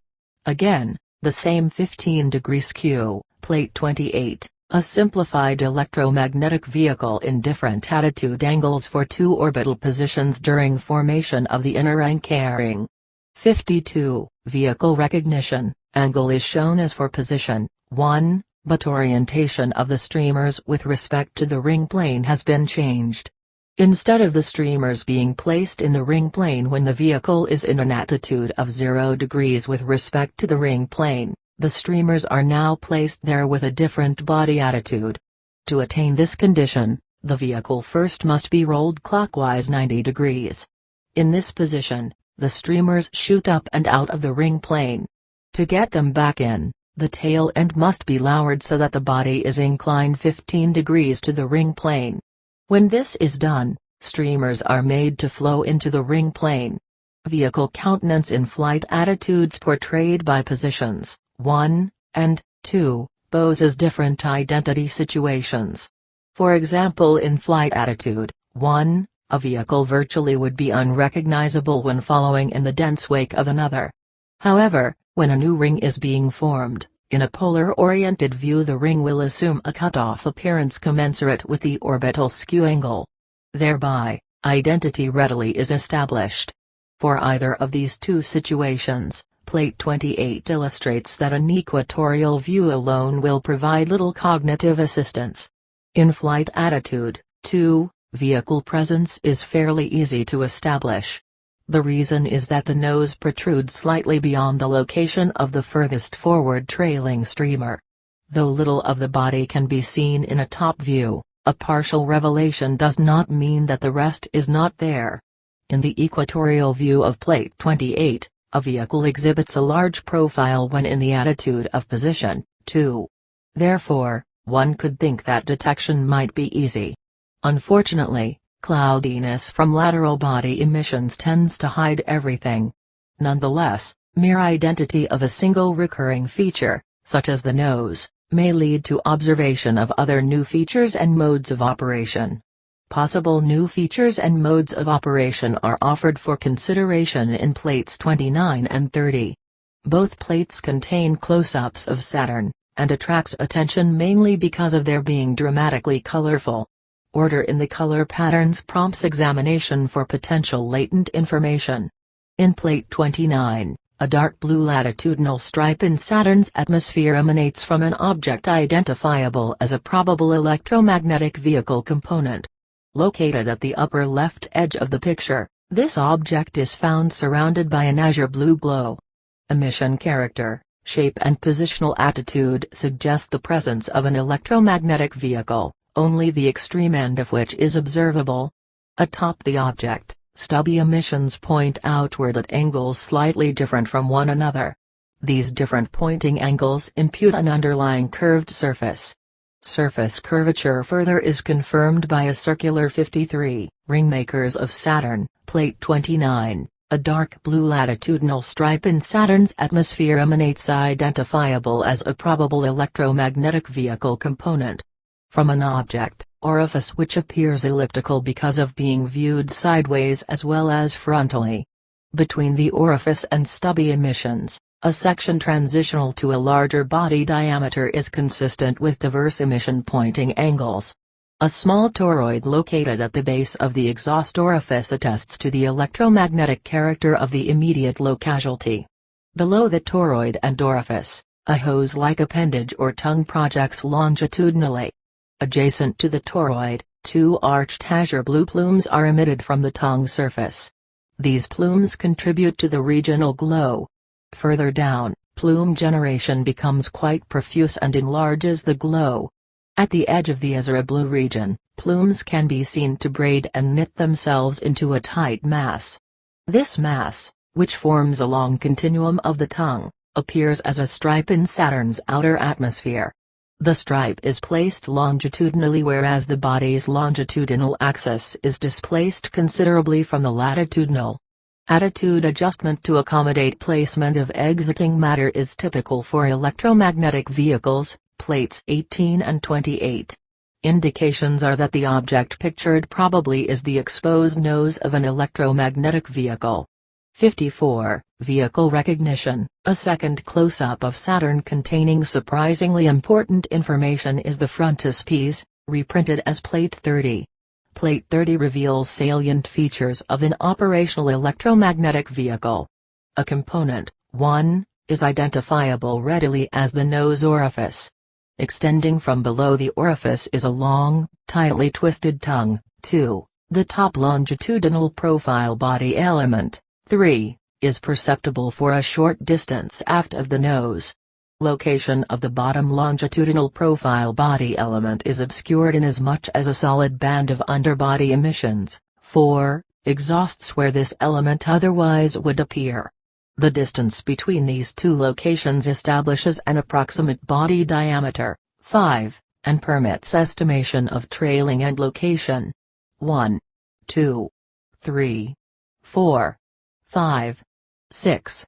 Nose orifice tongue top body element underbody emissions body diameter trailing end, 7, 8, 9, 10, 11, 12. Body attached streamers bilateral projection branch streamers annulus secondary streamers luminous sources, 13, 14, 15, 16, 17. Braided roll-outer streamers nodules terminal emissions wake, plate 30, salient features of an operational electromagnetic vehicle. 55. Ringmakers of Saturn. When a 13:1 fineness ratio is used for length estimation, the trailing end, 6, lies just beyond the furthest aft body attached streamer, 7. Back at the nose a bilateral projection, 8, can be identified extending on each side. Branch streamers, 9, rise from this projection and flow centrally to form a large overhead annulus, 10. Secondary streamers, 11, flow into this annulus from in and outboard of the body. Aft of the annulus two luminous sources, 12, are sustained above the body. These sources are components of a complicated network of filaments. Starting at the cylindrical body, filaments rise upward and form a long braided roll. 13. This roll, in turn, emits filaments which contribute to the luminous sources. Filaments exiting from the sources complete an electrical path upon termination at outer boundary trailing streamers. 14. The electromagnetic character of these phenomena is affirmed by presence of nodules. 15. On streamers just aft of the annulus. These nodules, being visual properties of pinched plasmas, are indicative of electromagnetic interactions. Determination of absolute size is precluded because of uncertainty in reference dimension accuracy. However, a body length equal to 1 Earth diameter can be assumed per findings of Plate 27. For this situation, the annulus outside diameter is about equal to the diameter of Earth's moon, and the luminous source diameters are about 1/3 this size. Length of body lateral projections appear to reach at least a body length, if not farther. The projections in the picture extend outboard such that their terminal emissions, 16, form a well-defined latitude boundary on Saturn. Between the body and terminal emissions, body projections leave wakes of matter, 17, along their entire lengths. Literally, rivers of electrically charged matter flow from the entire body and affect vast areas. By any worldly standard, this display of organized power is profoundly awesome. Plate 30 has afforded an opportunity to discuss properties of an operational electromagnetic vehicle, but only generally. Now, the front-end section will be addressed specifically to emphasize detail. Accordingly, Plate 31 introduces a rendering of the front-end appearance of the electromagnetic body pictured in Plate 30. In the order discussed, the following are labeled for ready identification: 1. Cylindrical body; 2. Axial exhaust; 3. Bilateral projection; 4. Underbody emissions; 5. Nose tongue; 6. Nose trailing streamer; 7. Branch trailing streamer; 8. Body trailing streamers; 9. Nose peripheral emissions; and 10. Streamer collector. A cylindrical body, 1. Emits a faint axial exhaust flame; 2. Of probable extremely high temperature. Diameter of the exhaust orifice is about 1/2 body diameter. Aft of the nose about a body diameter. 56. Vehicle recognition: 1, 2, 3, 4, 5. Cylindrical body axial exhaust bilateral projection underbody emissions nose tongue: 6, 7, 8, 9, 10. Nose trailing streamers branch trailing streamer body trailing streamer nose peripheral emissions streamer collector. Plate 31, front-end appearance of an electromagnetic vehicle as rendered from Plate 30. Distant is located a bilateral projection, 3. This projection might be likened to wings on an airplane. Below the projection is positioned a lengthy bank of underbody emissions or flame jets, 4. In frontal view, these jets would extend radially outward from beneath the body at a probable angle of about 45 degrees.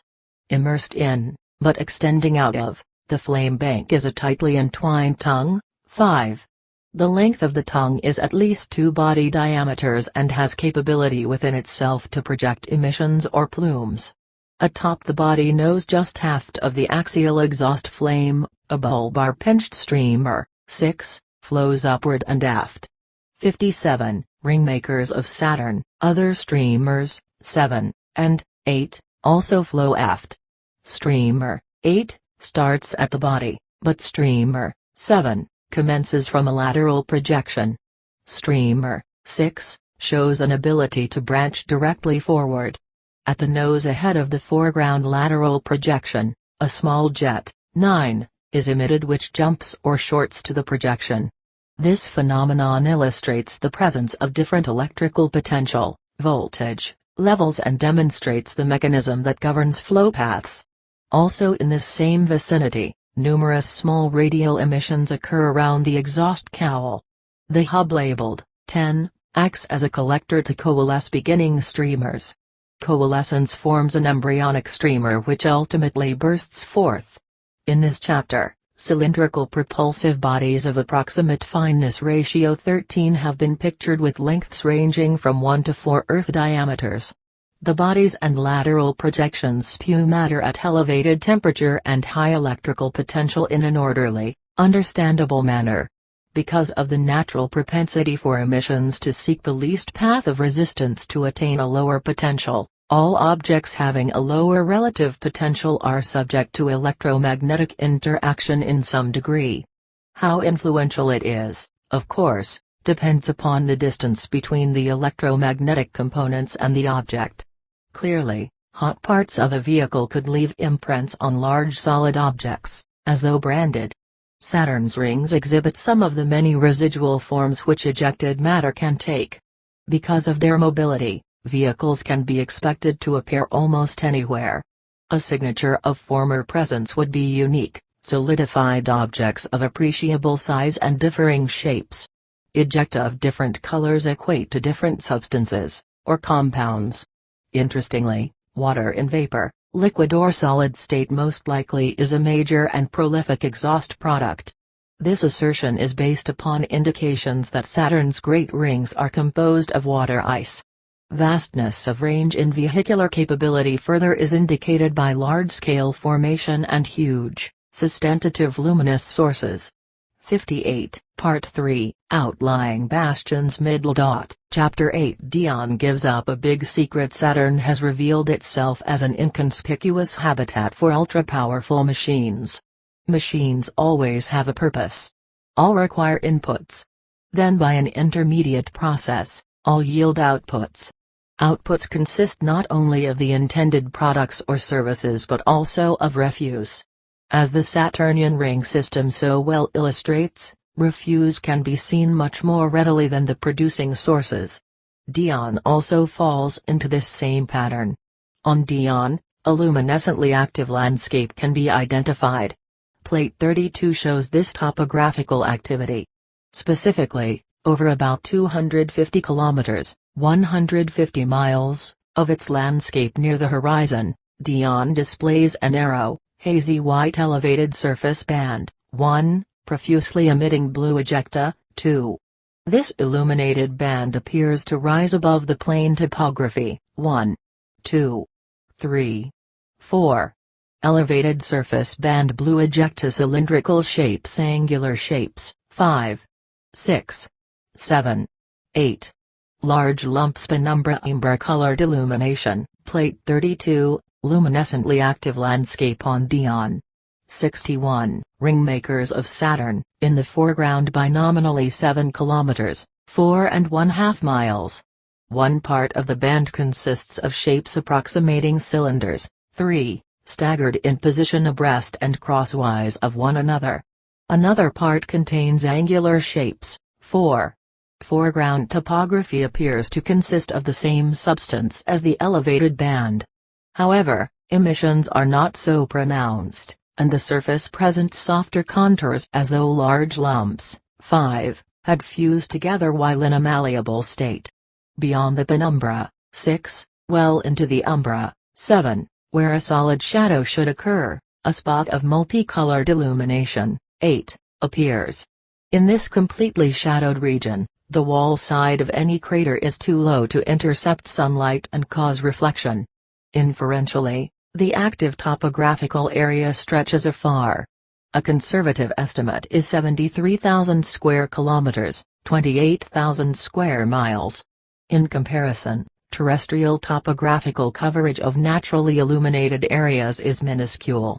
Further, the diameter of Dion is only about 1/11 that of Earth. Clearly, the luminescent phenomenon on Dion has no earthly counterpart. Subsequent considerations substantiate this observation. To investigate landscape detail, a microphotograph has been made of Dion's narrow-band illuminated topography. This photograph, Plate 33, discloses numerous emissions emanating from many, 1. Tree emission 2. Reentrant emission 3. Toroid, 4. Lifting emission 5. Floating body, Plate 33, Dion's narrow-band illuminated topography showing various types of emissions. a region partially illuminated by the Sun. 62. Dione gives up a big secret: irregularly shaped surfaces. These emitting surfaces are similar to those characterizing matter in the F ring. This occurrence is puzzling in that Dione presents mostly a starkly barren face packed with craters. Then, in sharp contrast, active material resembling an F-ring section appears on its periphery. Were this active material of volcanic origin, each emission would assume a parabolic trajectory as spewed matter gravitated toward Dion's surface. However, terrestrially familiar trajectory profiles do not occur. Instead, most emissions are like trees: 1, in that they simply terminate at some height above the surface. Others, labeled re-entrant emissions; 2, connect with nearby objects. A few uniquely distinguish themselves by forming classical electrodynamic toroids; 3. Still others act as lifting emissions; 4, to support an otherwise floating body; 5. Because of similarity with the F-ring, Dion's elevated electromagnetic band raises doubt as to its being indigenous. Earlier considerations have indicated that the F-ring results from products discharged by electromagnetic vehicles. Hence, there is rationale for suspecting that the active material on Dione is not indigenous. Conceivably, appropriately positioned vehicles may deposit the material. Further inquiry into this ambiguity is focused upon peripheral space adjacent to the circumferential surface of Dione. First, the narrowband topography is probed for additional information. Then, a critical look is taken of a hemispherical sector of Dione which encompasses the same topography. Presented in Plate 34 is Dion's narrowband illuminated topography evidencing widespread emissive activity. This plate encompasses exactly the same field of view as preceding Plate 33. However, a longer exposure time has caused new images to emerge. Unfortunately, previously well-defined areas have turned white and lost detail from overexposure. Despite this difficulty, the floating body, 1, labeled 5, in Plate 33, remains identifiable. Above, 1, is positioned a truncated pyramidal superstructure; 2, on the side of which a toroid, 3, is attached. An electrofilament, 4, extends from the side and reaches upward into space. Across the dark space to the left a cylindrical body, 5, having a ratio of span to diameter of about 8, is asymmetrically disposed about a circular object, 6.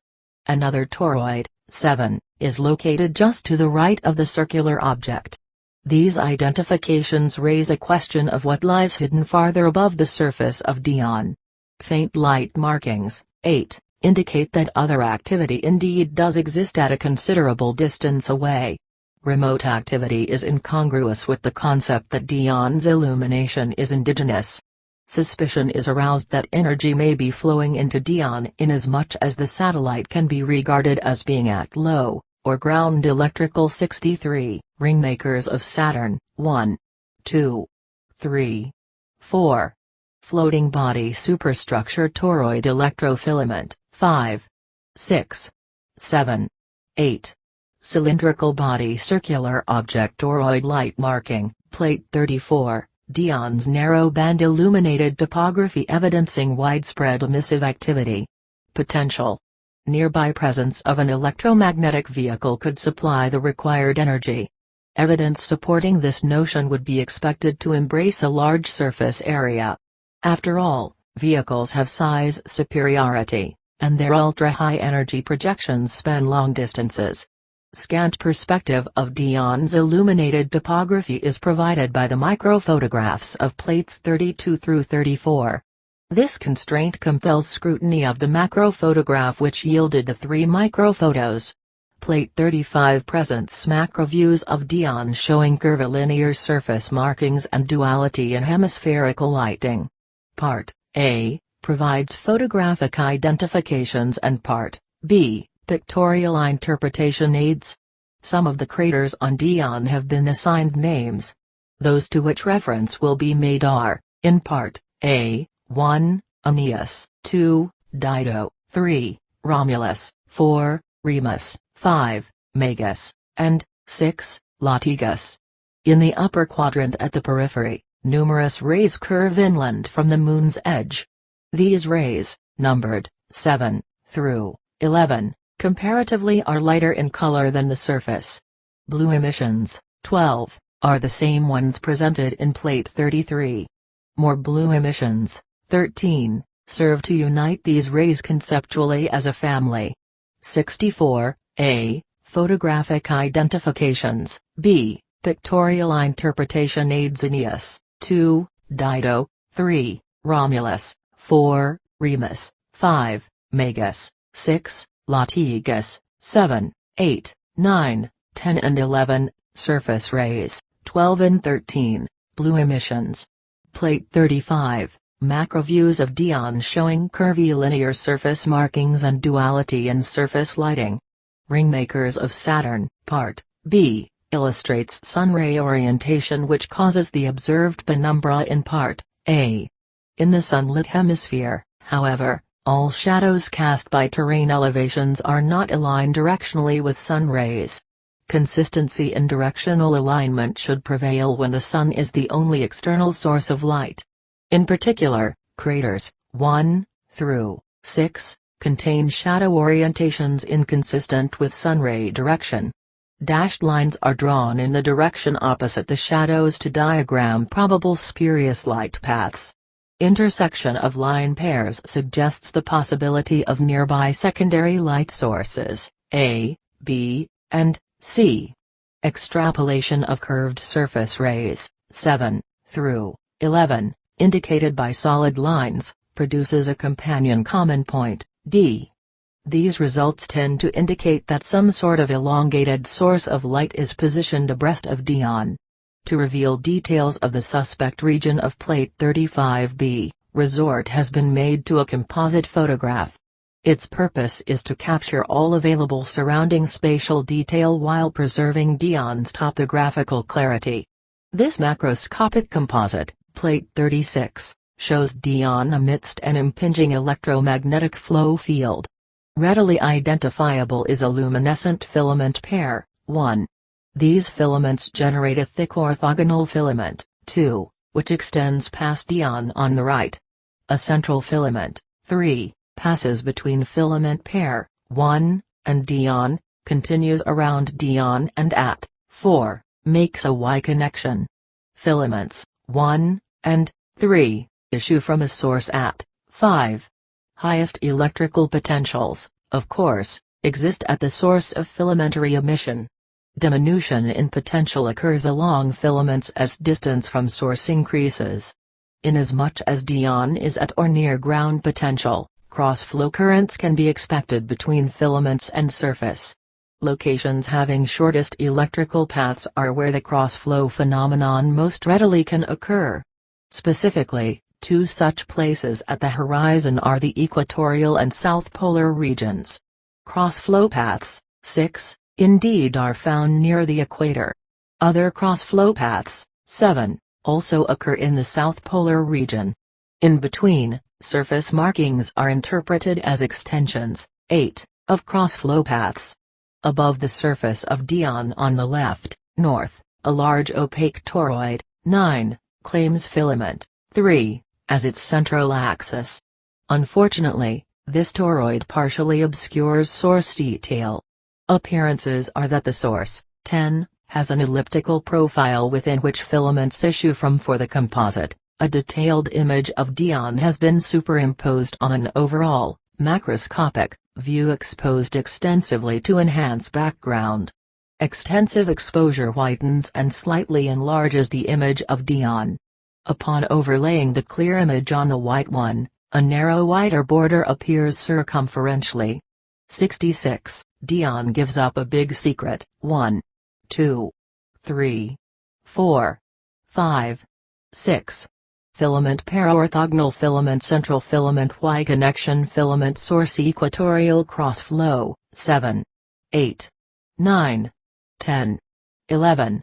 Polar cross flow extensions opaque toroid filament source toroidal filaments, Plate 36. Macroscopic composite view showing Dione amidst an impinging electromagnetic flow field. A turbulent surface.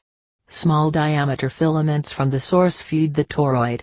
Toroidal filaments, 11, in turn impinge upon the surface of Dione. Noticeably greater surface illumination in the northern quadrant compared with the southern quadrant may be attributable to this ring. Indications are that widespread surface modification is being experienced by Dione.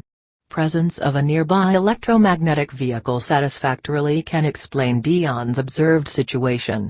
Specifically, an appropriately positioned vehicle has capability to encompass Dione with an electropotential, electromagnetic, field.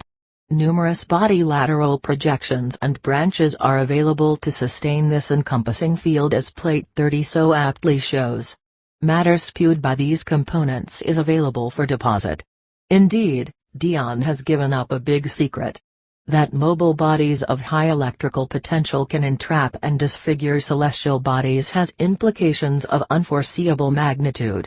67, Chapter 9 Iapetus Mystery Unraveled. 13 A-ring diameters distant from the center of Saturn pinpoints the orbital radius of Iapetus. Discovered by Cassini in 1671, Iapetus has been enigmatic from the very beginning of its recorded history. During the 2 years following discovery, Cassini found Iapetus to be invisible for months at a time. His observations indicated that the satellite would appear only in some parts of its orbit, and not at all in others. He concluded that, during the Moon's passage around Saturn, various exposed faces exhibited considerably different reflectivities. Cassini held to his position for about 30 years when, to his dismay, he found Iapetus visible within a forbidden region. About a century later, Sir William Herschel took the view that the discoverer's original position was the only one possible. However, Cassini's skepticism is meritorious in light of more recent data. American professor Edward E. Barnard, in 1889, reported sudden disappearances of Iapetus while engaging in ring translucency observations. Further, in 1913, Harvard advocated more study of Iapetus because some observations had revealed sudden and large, irregular brightness fluctuations. Attempts to explain Iapetus must contend with these horns of an historical dilemma. Plate 37 shows Iapetus exhibiting dichotomous facial topography adjacent to an active zone populated with circular and elongated light sources. Topography of Iapetus poses a scientific puzzlement in that two abruptly different surface compositions exist side by side. Water ice is thought to compose the light region, 1. The dark region, 2, is postulated to be a reddish-brown carbonaceous material akin to asphalt. Ice and asphaltic material indeed do have widely different surface reflectivities. With constant reflectivities, Iapetus could appear consistently visible in certain orbital sectors and invisible in others, as Cassini first surmised.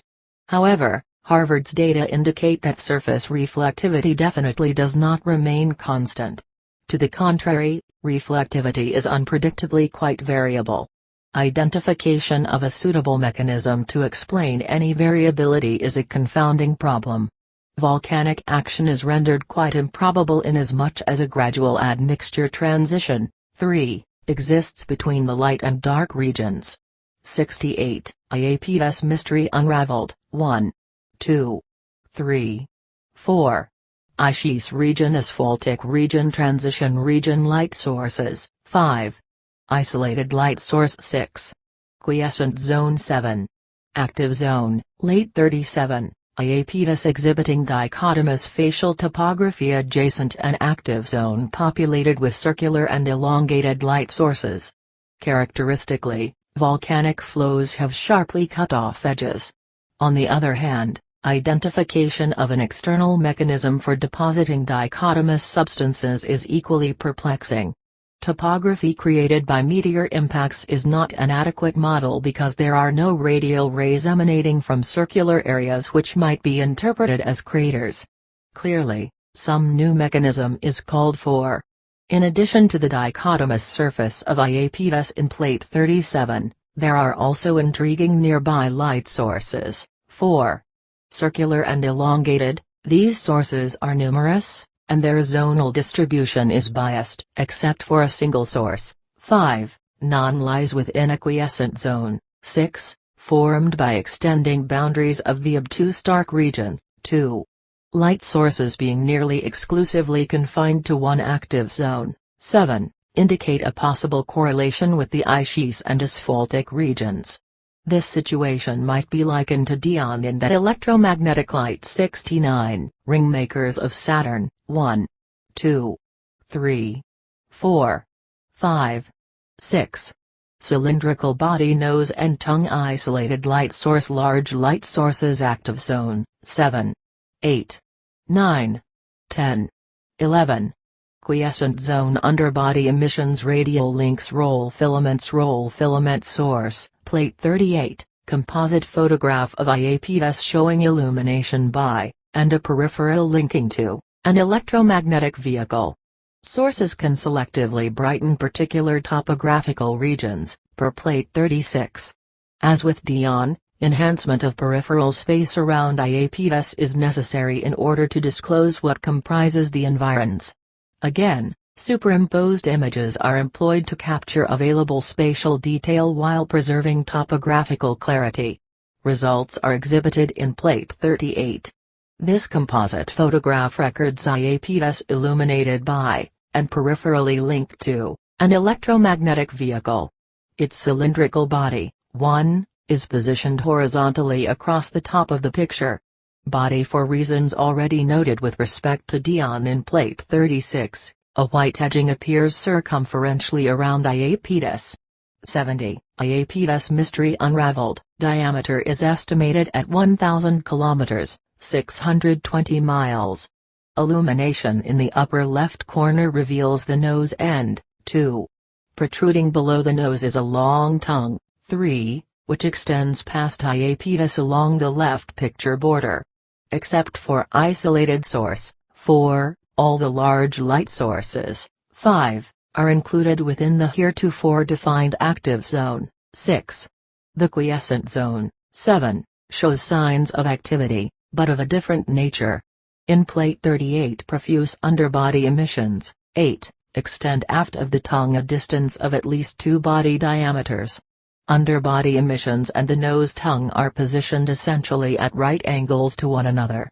In effect, these two active components frame Iapetus into a corner. This corner framing effect creates topographically an approximate 3/4 hemispherical sector of exceptional brightness. Shielded from tongue and underbody emission radiation, the remaining sector is darker and appropriately shaped to reflect the corner framing. At the periphery of the white 3/4 region on Iapetus, tongue and underbody emissions form radial links. 9. At the periphery of the dark sector, the surface pattern extends into space. Inspection of the sectoral periphery reveals roll filaments. 10, which connect with an adjacent slender body filament source. 11. Radial links and contrasting sectoral topography are a manifestation of vehicle activity. With an electromagnetic vehicle operating on Iapetus, Cassini's and Harvard's exceptional observations are quite understandable. Iapetus has a diameter of about 1,460 kilometers, 900 miles. Envelopment of such a large body by electromagnetic vehicle emissions and appendages has ramifications of extreme importance. To augment illustrative detail, a montage of localized microphotographs has been assembled covering the entire photograph of plate 37. This photographic endeavor is exhibited in plate 39. The montage shows Iapetus subjected to an electropotential field created by an electromagnetic vehicle. 6 items appearing in plate 38 are re-identified for orientation purposes. 1. Cylindrical body. 2. Nose end. 3. Tongue. 4. Underbody emissions. 5. Roll filaments. And 6. Roll filament source. Additional items identified subsequently serve to identify formation of an electropotential, current voltage, field. Commencing at the side of the cylindrical body, a projection, 7, is evident along the right side of the picture. Sprouting from this body projection is a long branch, 8, which connects with the tongue near the lower left corner of the montage. A sub-branch, 9, turns out to be the roll filament source, 6, previously identified. Though of smaller use of a montage enables exposure time to be adjusted locally for the negative density of the Ringmakers of Saturn, 1. Cylindrical body 2. Nose and 3. Tongue 4. Underbody emissions 5. Roll filament 6. Roll filament source, 7. 8. 9. 10. 11. 12. Body projection branch projection sub-branch projection streamlines current lines singular point plate 39, created by an electromagnetic vehicle. Iapetus subjected to an electropotential field microphotographic montage showing breadth. Another manifestation of branches from the body projection are streamlines labeled 10. A streamline possesses the same electrical potential along its entire length, and various streamlines have different levels of potential. Current flowing from one potential level to another takes the shortest route. The result is that current lines, 11, arrange 72, Iapetus mystery unraveled, A, current paths 1. Sphere profile 2. High voltage source 3. Low voltage source, B, streamlines 4. Stagnation streamline 5. Upstream singularity 6. Downstream singularity, plate 40, electropotential flow field for a conducting sphere located between bi-level voltage sources, themselves perpendicularly to equal potential lines. One streamline terminates at the surface of Iapetus. At this termination point, a localized flow stoppage occurs and energy is released. Singular point, 12. Is such a point wherein flow around Iapetus experiences adjustment electrically as well as physically.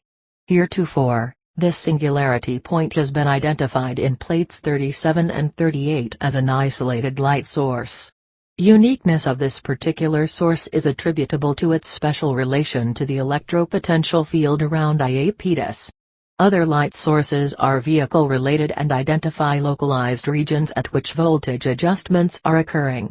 A model approximating an electropotential field around Iapetus can be calculated from equations governing ideal fluid flow past a sphere.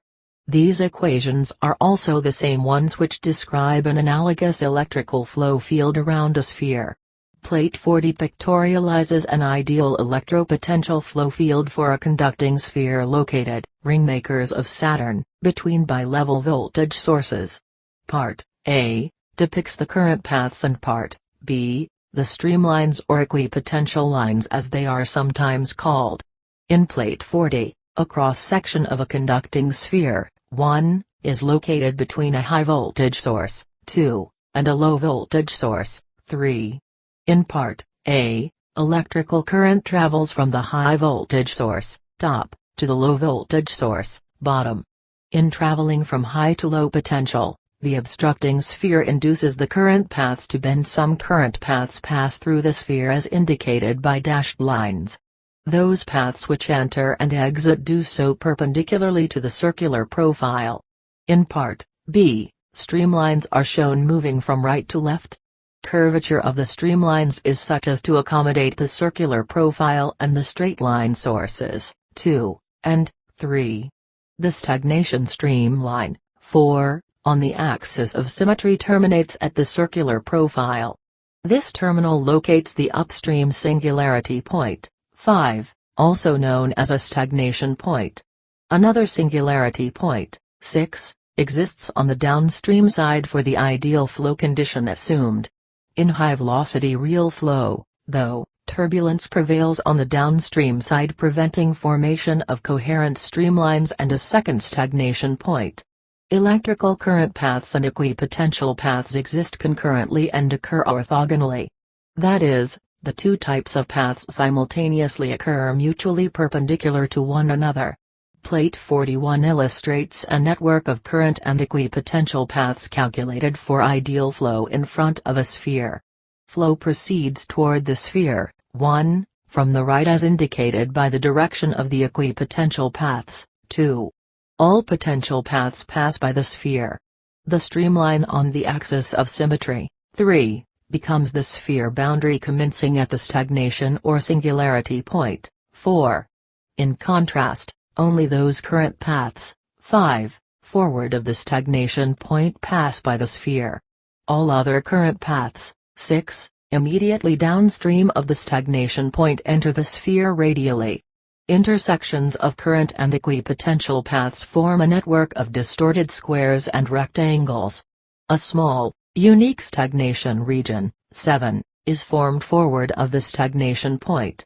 This region is bounded by the sphere, 2 streamlines astride the axis of symmetry, and 2 current paths. One current path is aft of the stagnation point and enters the sphere. The other is forward of this singularity point and does not enter the sphere. Within the region there is a concentration of energy corresponding in location to the isolated light source labeled 4 in plate 38. Further, the network of distorted equipotential is a short form of the words equal potential and means that a single streamline is at the same potential along its entire length. 74. Iapetus mystery unraveled. 1. 2. 3. 4. Sphere profile equipotential paths axis of symmetry stagnation point. 5. Non-entering current paths 6. Entering current paths 7. Stagnation region, plate 41, network of electrical current and equipotential paths calculated for a sphere in ideal flow. Rectangles and squares resembles analogously located actual ones displayed by Iapetus in plates 38 and 39. Additional information can be deduced about Iapetus. Plate 42 illustrates Iapetus constrained by the forward electropotential field of an electromagnetic vehicle as rendered from plates 38 and 39. Constraint physically is quite real in that substantial forces are present in the field. For example, streamline flow, 1, from the right forces 75, Ringmakers of Saturn, 1. Streamline flow 2. Tongue, 3. Vehicle body 4. Underbody emissions, plate 42, illustration of Iapetus constrained by the electropotential field of an electromagnetic vehicle as rendered from plates 38 and 39. Iapetus toward the left, white arrow, but tongue, 2, prevents lateral movement, black arrow. In the vertical direction, Iapetus is pushed away from the vehicle body, 3, by underbody emissions, 4, black arrow. This push is balanced by an opposing force generated by the asymmetrical flow, white arrow. Balanced forces maintain Iapetus at a steady position relative to the vehicle. However, were forces unbalanced, the satellite would drift into a different orbit. Though orbital path changes have not been cited over long-term observations of Iapetus, a vehicle mechanism for moving the satellite nevertheless does exist. Exposure of Iapetus to the electropotential field illustrated by plate 42 will leave diverse surface scars when the field disappears. The tongue, for example, will leave a long, broad depression with spidery edges. 76. Iapetus mystery unraveled. Turbulent flow and electrolytic action over the surface will produce deposits, the composition of which derives from emitted vehicle products. Most pre-existing topographical prominences within the flow will undergo severe erosion. Depending upon circumstances, prominences might assume streamlined shapes from coherent flow or peculiar forms due to turbulence. Electrical current entry and exit areas will be marked by craters whose interiors are pitted from stray subordinate fingers of current. Dominantly, however, prolonged application of heat from the tongue and underbody emissions will, in time, melt the surface. Evidence of current-formed craters and other formations will be erased and, in turn, the surface will be left smooth. Observers of Iapetus have wondered how the Ischis region, being shadowed from the sun, can be so intensely bright. They have wondered how the Ischis surface can change so abruptly into a radically different asphaltic composition. They have wondered about unexpected flashes of light, large variations in surface reflectivity and sudden disappearances from view. The mystery is resolved completely and satisfactorily by the nearby presence of an active electromagnetic vehicle. Chemical decomposition by the action of electric current. 77, Part 4, Glimpse of a Bigger Picture, Chapter 10. The Lunar Connection. Dion and Iapetus both have been subjected to the burning fury of visitation from an electromagnetic vehicle. Each has experienced topographical structuring caused by various emissions which these high-potential units possess. In the case of Iapetus, structuring can be deduced to be much more than a surface phenomenon.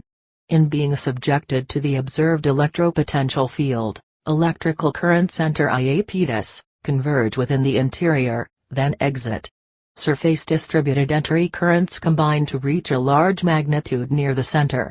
Consequently, a situation is established wherein considerable heating of the core occurs, perhaps to the extent of producing a molten constituency. Simultaneously, a situation also is created whereby extraneous material is shedded at the surface as current shafts enter the satellite. This latter situation is supported by photographic observations of dark material on the periphery of Iapetus where current paths have been found to enter. Besides deposits, visitations are evidenced by a wide assortment of surface scars. Most familiar are craters of widely ranging diameters. Other scars are in the form of rills, ridges and thermoset areas having surfaces of indistinct features. Dion exhibits mostly distinct craters, rills and ridges whereas Iapetus displays a dimpled surface with indistinct features. Differences can be attributed to the particular vehicle component creating the scar and the amount of attendant heating. For a given electromagnetic vehicle, the maximum diameter for a round scar, for example, a crater, would be a size approximating vehicle body diameter. Because these spacecraft have long-range cruise capability, any solar system body becomes a suspect candidate for having experienced visitations. A generalized scientific concept must fit circumstances other than the particulars from which it derives. Additional situations involving Saturn and environs act mainly to augment particulars. Moreover, available topographical imagery is rather sketchy and too wanting in overall detail for demonstrating application using other Saturnian satellites. Earth's moon, on the other hand, enjoys the most complete and highly detailed mapping of all the celestial bodies. Furthermore, 81, Ringmakers of Saturn, remote independency exists with respect to the Saturnian complex. Consequently, Earth's moon makes an ideal candidate with which to test the concept of vehicle-created surface scars. Of all the lunar scars, those of Mare Orientale or Eastern Sea rank among the most spectacular and noteworthy. This lunar feature is not familiar to most Earth inhabitants because of its unfavorable location. 1. Visibility limit 2. Outer ridge 3. Inner ridge 4. Center pit 5. Glazed surface 6. Radial markings. Plate 43, Mare Orientale is portrayed on an official NASA moon globe. 82. The lunar connection, for viewing. Specifically, Mare Orientale sits astride the western limit of moon visibility from Earth, with only eastern ridges of its huge basin barely exposed to sight. Compound surface scars can be comprehended best by viewing them in global perspective. As an aid, Plate 43 presents Mare Orientale as portrayed on an official moon globe. The central region consists of two concentric, near-circular ridges stretching bilaterally across the western visibility limit. 1. The outer ridge, 2, has a diameter of about 965 kilometers, 600 miles, and the inner ridge, 3, has a diameter of about 550 kilometers, 340 miles. These ridges surround a center pit, 4, whose breadth is of the order of 240 kilometers, 150 miles. Photographic mosaics of the area reveal that this pit is a deep hole, and not a smooth continuum of a broad basin. The floor of the hole is reported to contain patches of dark basaltic material. Additionally, the mosaics show a glazed surface, 5, around the eastern periphery. Radially disposed markings of rills and ridges, 6, occur on the northern and southern sides. In the north and south, these radial markings are found within an included angle of about 100 degrees. In the east and west though, Radial markings definitely are absent within the remaining angular area. Instead, different markings prevail. Incomplete radial symmetry negates meteor impact in that a hit should produce full circle radial splash marks. Surface scars and markings on celestial bodies long have been used as indicators of earlier events. Typically, craters have been cited as evidence that meteors, or showers of meteors, have impacted in prehistoric times. Thus, scars and markings are, in themselves, informational data, and interpretation of their geometry and contents has become acceptable practice. Now, let us examine Mare Orientale without preconceived notions regarding its formation, and permit the configuration to speak for itself. Plate 44 presents a configuration interpretation of lunar markings at Mare Orientale utilizing an official NASA moon globe. In the plate, region 1 delineates the central hole, and circles 2 and 3 the inner and outer ridges, respectively. Rook Mountains is the name which has been given to the inner ridge, and Cordillera Mountains to the outer ridge. Line 4 circumscribes the southernmost exhibit of radial markings. This exhibit is separated by a serpentine strip, 5, which terminates at the South Pole about 1,600 kilometers, 1,000 miles, distant. Another interpretation in pattern occurs at the southern extremity of the Cordillera Mountains. There, a short section of mountain range manufactured by the Geographical Globe Division of Meredith Corporation, Chicago, Illinois. This globe simulates lunar topography as depicted by photography from various NASA circumlunar missions. 83. Ringmakers of Saturn, 1, 2, 3, 4, 5. Central hole, inner ridge, outer ridge, southern radials, serpentine strip, 6, 7, 8, 9, 10. Oblate ellipse, pinched flow, eastern ear, western ear, secondary marking. Plate 44, configuration interpretation of lunar markings at Mare Orientale utilizing an official NASA moon globe. 84. The lunar connection deviates significantly from a circular contour. Accordingly, the outer ridge circle can be described as having a trough in it due to this deviation. An inverted trough is formed above by small rills and ridges between the inner and outer ridges. The resulting enclosure, which approximates an oblate ellipse, 6, encompasses surface which is relatively smooth compared with surface outside the oblate enclosure. Due north of the outer ridge, a bulbar band of terrain, 7, is outlined longitudinally by two undulating lines. Terrain between these two lines exhibits surface features which change rather abruptly across the boundaries. For example, there are radial markings terminating just inside the boundary line on the right. On the left, there is a smooth rippled surface changing to a pitted one, and in the middle, there are numerous closely packed and overlapped craters. This localized admixture of non-homogeneous surfaces suggests that simultaneous events of common origin are needed to produce the topography shown.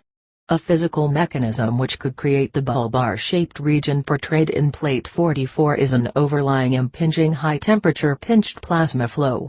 Centrally within band boundaries, closely packed and overlapped craters would be formed by electrical current arcs which jump repeatedly from the pinched plasma flow to ground, that is, to the surface. That the central region should be most cratered is consistent with this area being the shortest electrical route between the impinging flow and the surface. Adjacent to the eastern and western sides of the outer ridge, the terrain displays a knurled character and includes some small rills and ridges. Propitious location of this latter terrain with relation to the Mare Basin facial outline suggests the terminology eastern ear, 8, and western ear, 9. Unenclosed markings, 10, consisting of rills, ridges, rivulets and small craters in tandem, radiate outward and upward from these ears. All patterns heretofore described reasonably are interpretable as being familiar related with respect to the Mare central hole and basin. Collectively viewed in perspective, composite diagnostic markings of the Mare Orientale moonscape pictorially describe an elementary frontal image of an electromagnetic vehicle. Reality of the extraordinarily broad Mare-Orientale vehicle-caused imprint can be comprehended with visual assistance from a combination model of moon and vehicle. Plate 45 shows a model electromagnetic vehicle and a NASA official moon globe co-scaled and positioned to illustrate formation of Mare-Orientale as developed pictorially in Plate 44. The nose end of the 85 Ringmakers of Saturn, 1, 2, 3, 4, 5. Central hole inner ridge outer ridge southern radials serpentine strip, 6, 7, 8, 9. Oblate ellipse bulbar region western near secondary markings, Plate 45, an electromagnetic vehicle and a NASA moon globe co-scaled and positioned to illustrate formation of Mare-Orientale. 86. The lunar connection, vehicle model appears at the right position to have center-to-center alignment with the Mare-Orientale hole and basin. Body diameter, to the scale of the lunar globe, is 965 kilometers, 600 miles. This small-scale model is a highly simplified replica of the vehicle identified near Iapetus in Plate 38. Component item details have been sculptured to simulate those suggested by imagery of Plates 30 and 38. Direct correspondence between specific lunar surface areas and particular vehicle components becomes apparent when the two bodies are co-aligned as shown. Table 2 correlates individual Mare-Orientale surface area elements, pictorialized and delineated in Plate 44, with their respective formative vehicle components. Table 2 correlation of specific Mare-Orientale lunar surface areas with formative components of an electromagnetic vehicle as depicted by 180 miles/inch scale models. Item number 1 2 3 4 5 6 7 8 9 Mare-Orientale area element central hole inner ridge outer ridge southern radials serpentine strip oblate ellipse bulbar region western near secondary markings formative vehicle component axial exhaust flame core axial exhaust outside diameter body diameter underbody emissions tongue nose peripheral plasma pinched plasma nose streamer nose peripheral plasma body side emissions. In addition to the preceding 9 major items of matching surface and body configuration, some minor items also fall into place. For example, random crater formations within any lunar surface area element can arise from spurious electrical currents which arc from vehicle to surface. Also, numerous tiny craters can be pierced by branches from constituent strands comprising larger currents. Patches of foreign material can be deposited in various topographical patterns by electrochemical processes due to presence of an electropotential field. Further, intense heat from the axial exhaust core can explain an apparent glazed surface which surrounds the central hole. Thus, wide-scope consistency prevails concerning formative characteristics of Mare-Orientale. Broad consistency, such as found here, usually is a mark of correct analysis. 87. Ringmakers of Saturn, ancient lunar presence of an electromagnetic vehicle at Mare-Orientale can resolve other perplexities concerning the Moon. One of these perplexities is that a significant magnetic field, according to evidence, must have existed on the Moon about 3 to 4 billion years ago. Interestingly, the age of Mare-Orientale independently has been pegged at about 3 to 4 billion years. Discovery that the unorthodox sectorial illumination of Iapetus is attributable directly to the presence of an encompassing electropotential field leads to a tentative conclusion about the long-extinct lunar magnetic field. Specifically, the conclusion is reached that the Moon has, at some time, experienced the same treatment as Iapetus. According to Plates 44 and 45, an identifiable time at which the Moon has undergone magnetizing influences is from an electromagnetic vehicle while forming Mare-Orientale. Co-supportive ages of Mare-Orientale and ancient lunar magnetism inferentially age dates the mechanism responsible. Specifically, the conclusion can be drawn that electromagnetic vehicles themselves have been around for a long time, at least 3 to 4 billion years. That electromagnetic vehicles are connected anciently to lunar formations distinctly opens a strong possibility of a past intimacy with Earth. Implications to this effect already have been signaled by terrestrial rocks which date back to about the same birth date as Mare Orientale. A lunar connection with electromagnetic vehicles neither abrogates nor conflicts with data obtained from Moon orbiter missions and landing excursions. This integral posture is much more substantial than concepts which explain prehistoric data only for narrow circumstances. 88, Chapter 11 A prospective existence of extraterrestrial space vehicles of enormous size and power is a fact, the significance of which is difficult to grasp, let alone assess. Departing now from the tedious fact development process, this chapter stands back and takes a philosophical look at findings. In the foreground is an immediate question: are there extraterrestrial beings? A short answer is, probably. All photograph negatives examined by the author have revealed no direct evidence of beings. However, a strong implication that extraterrestrials do exist arises from electromagnetic vehicles being positionable. A source of intelligence is required to accomplish stability and control for positioning. This observation is a fallout from noting that the inner and outer diameters of Saturn's A, B, and C rings have remained substantially, but not identically, the same over a period of years. From a design viewpoint, electromagnetic vehicles represent ultra-superlative achievements in nuclear physics, aeronautics, astronautics, magnetohydrodynamics and engineering. Inferentially, such attainments only could be achieved by a long-term, goal-oriented, non-self-destructing society.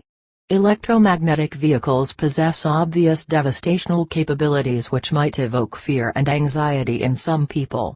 These discomforting emotions can be alleviated upon realization that these powerful vehicles have been around for many, many centuries, and the human race still continues. In terms of a clear and present danger, man-made nuclear bombs pose more of an immediate large-scale threat to human life.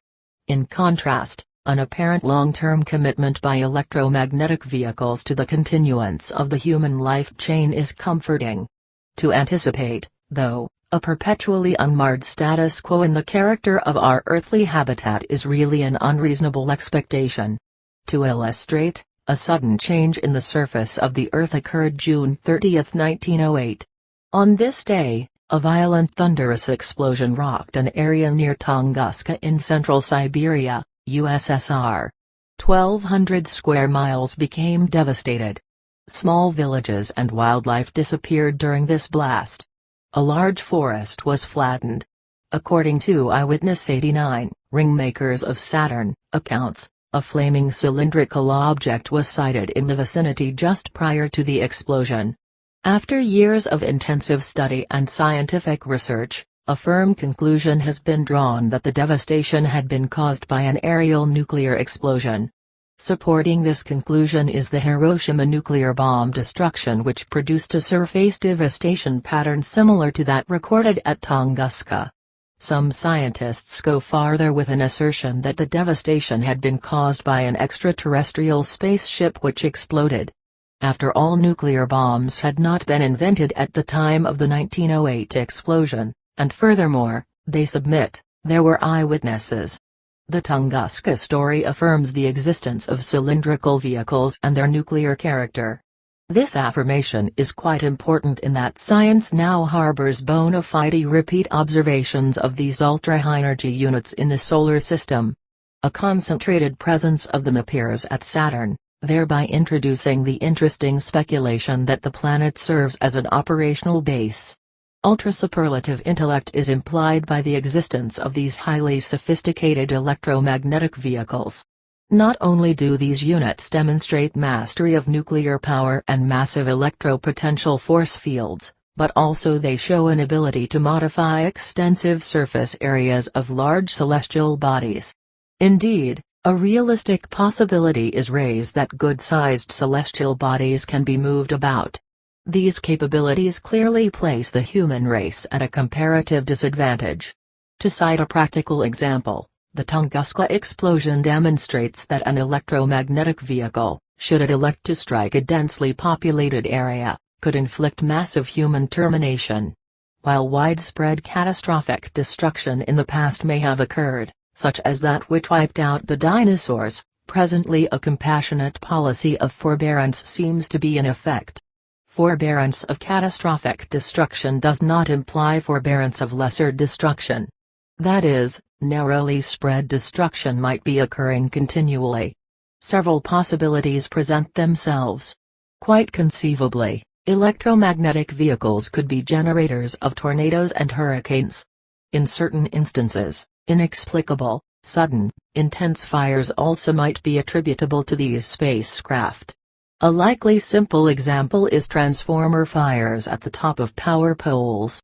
A much more subtle possibility might be electromagnetic alteration of human body tissues, inasmuch as electrical fields attendant with vehicles can extend over thousands of miles. Of these possibilities, weather is the easiest with which to relate. With the advent of television, various components of weather have become common knowledge. For example, continental high and low 90, a perspective, temperature distributions, hot and cold air masses or fronts, barometric pressure variations, and dynamic cloud formations have become terminology familiar to most newscast viewers. Wind, rain, snow, humidity, lightning and thunder showers are explained using the aforesaid terminology. Weather terminology permits dialogue concerning what is transpiring, but it does not get to the root of weather inception. Were weather inception understood, weather would be predictable. As is well known, weather is not predictable. Despite all the technical dissertations and theories over the years, inception of Earth weather remains a mystery. At least part of Earth's weather no longer is a mystery. A new weather component termed dry lightning has crept quietly into weather descriptions. Prior to invention of this term, lightning had been associated only with the presence of cloud formations. This situation has changed. Lightning is being reported in clear blue sky absolutely devoid of clouds. Thus, lightning in waterless sky is called dry lightning.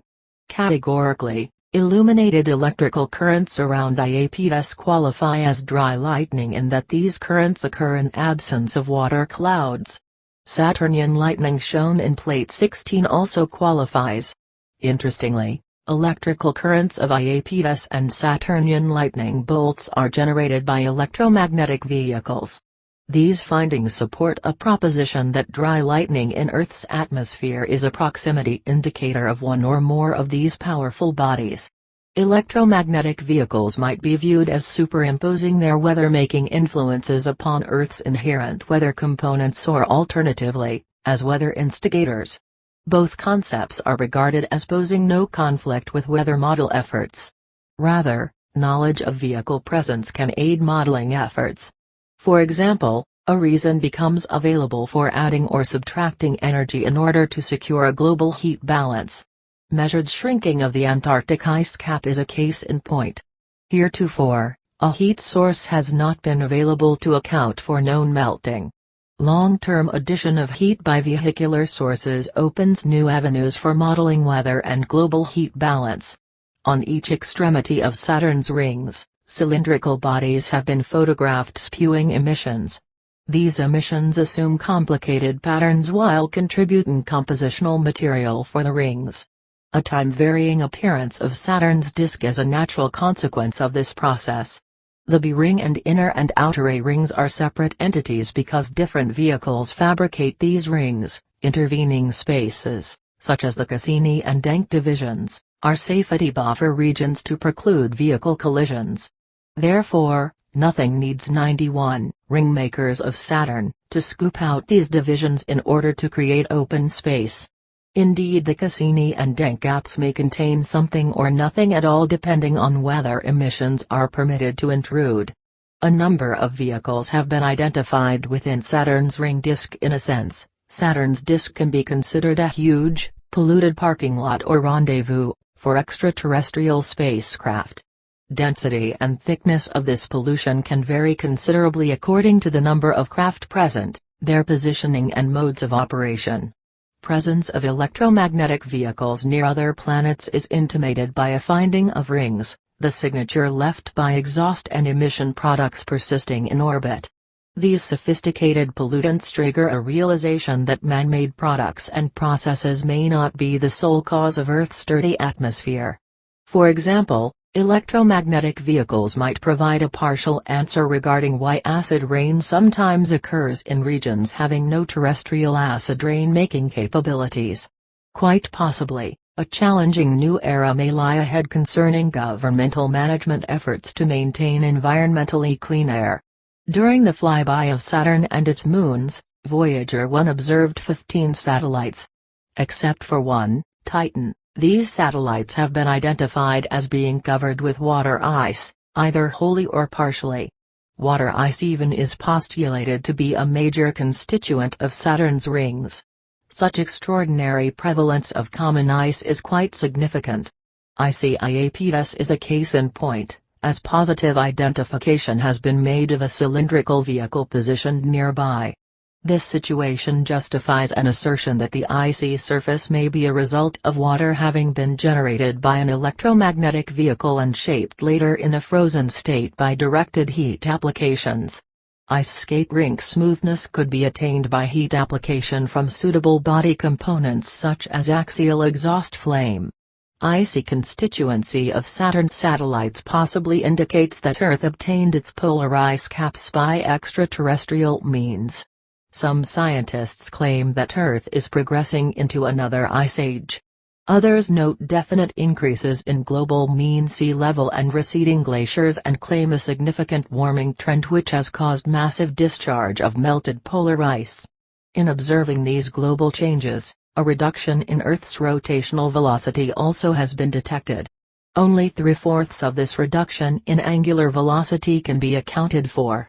It is conceivable that the other 1/4 might be accounted for by a cylindrical vehicle flying within Earth's magnetic field.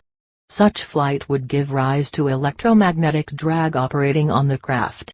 Then, in accordance with the Newtonian principle that for every action there is an equal and opposite reaction, a drag on Earth's 92, a perspective, rotation is imputed. Once again, a new variable exists which possibly might fill a gap in scientific thought. Electromagnetic vehicles represent extreme, ultra-high technology. Earth has nothing remotely comparable with which to compete. So far, development of a competing technology is not an obviously compelling need. What is compelling, however, is the need for a much deeper and broader understanding. To illustrate, on September 22, 1979, a U.S. satellite recorded a bright flash aloft between South Africa and Antarctica. After prolonged analysis of the data, federal laboratories concluded that the satellite saw a nuclear blast. During the study, the high-level White House Blue Ribbon Analysis Committee ultimately became divided into believers and non-believers. Believers think that data from the event match known signatures of nuclear blasts. Non-believers think that some natural event induced the satellite to make an erroneous report. Both groups can be correct when the blast is attributed to action by an electromagnetic vehicle. A potentially grave hazard is posed. Specifically, an international nuclear exchange inadvertently could be triggered by nuclear events originated by an extraterrestrial third party. Electromagnetic vehicles will hold the balance of power for centuries to come. Lest extraterrestrial interlopers unsuspectingly induce nuclear warfare, a unified world should be a matter for serious consideration. Moreover, catastrophic extinction of the human race is a realistic threat which needs to be addressed. Researchers have established that Earth has experienced catastrophic large-scale life extinctions about every 26 million years. One of these extinctions, that of dinosaurs, is theorized to have been caused by impact of a huge meteor striking Earth. Other possibilities are a comet or an electromagnetic vehicle. Had Comet 1979-11, detected by U.S. Navy satellite F-78-1, hit Earth instead of the Sun on August 30, 1979, a catastrophic extinction no doubt would have occurred. Close inspection of the before collision photographs suggests a long body having emissions closely resembling those pictured in plates 7 and 8. Comets actually may be directed electromagnetic vehicles traveling at high speed. This assertion is supported by a satellite picture of comet Irza-Ilkok, 1983. One equilibration is that the nucleus of this comet can be construed to have a fineness ratio of about 12 to 13.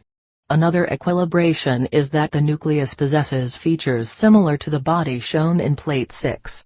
To wit, part of the slender body nucleus is intensely white, and the remainder a darker color. Moreover, other comets, specifically Kohoutek, 1973-74, and Bennett, 1970, can be interpreted as an electromagnetic vehicle projecting a fireball ahead. 93, Ringmakers of Saturn, of the body. As has been shown, electromagnetic vehicles have fireball-generating capability. These bodies most certainly are suitable mechanisms for causing catastrophic extinctions, with an attendant possibility that their missions are controlled. Collisions may not be a necessary condition for catastrophe. A near miss might well be sufficient. Planetary rings are an indicator of past, or current, presence of electromagnetic vehicles. Jupiter and Uranus both are known to have rings. The Sun has been discovered to have a ring of globular matter surrounding it. Our own asteroid belt is a ring. Even a ring around the solar system is believed to exist. Discovery of others practically is a certainty. For example, no surprise should occur if planetary nebula NGC 6781 were found to emanate from, and be a property of, a superbly large electromagnetic vehicle. This concept poses no conflict with the notion that the nebula ring results from radial expansion of matter from a central source. Jupiter, Uranus and NGC 6781 are far away. Therefore, one might submit that events at such remote places have no importance to human beings. Maybe. Though also far away, activity at the Sun more readily is acceptable as a concern. An example might be that some solar flares are highly correlatable with anomalous terrestrial weather. Generally, any major interference with solar functioning, such as by Object 1979-11, operates temporarily to alter Earth weather. These occasions are marked on the Sun by abnormal electrical field patterns which interact with those of Earth. Anomalous Sun activity, by triggering weather changes, in turn can occasion severe downstream socio-economic impacts. Electromagnetic vehicles also may operate quite remotely from the Sun, yet directly exert significant physical effects on Earth. Severe thunderstorms, tornadoes, flooding, droughts and certain types of fires all might be symptomatic. Even less obvious might be subtle effects exerted on the human body by innocent exposure to focused electropotential fields. Photographic data recorded impersonally by satellite stand on their own without having to doubt a human photographer. No need exists for a protective requirement that several independent cameras witness the same thing as a condition precedent to credibility. For a sighting of an unidentified flying object, an analyst may require 3 or more observers of the same object as a condition precedent to credibility. Information output, though small and tending toward high quality, still is inadequate compared with hard data provided by remotely procured photographs. Unidentified flying objects, UFOs, being on a soft database incomparable with a hard base for the electromagnetic 94, a perspective, vehicles, EMVs, reported herein, they necessarily must be, and are, excluded from discussion. As a practical matter, technical discussion of UFOs virtually is never possible even with absolutely valid information. The fact is that there are, and there always will be, UFOs. The reason simply is that substantially all witnesses are equipped inadequately to describe or interpret what they see in terms of a physical discipline. Consequences of this limitation can be illustrated by an hypothetical early 1940s scenario.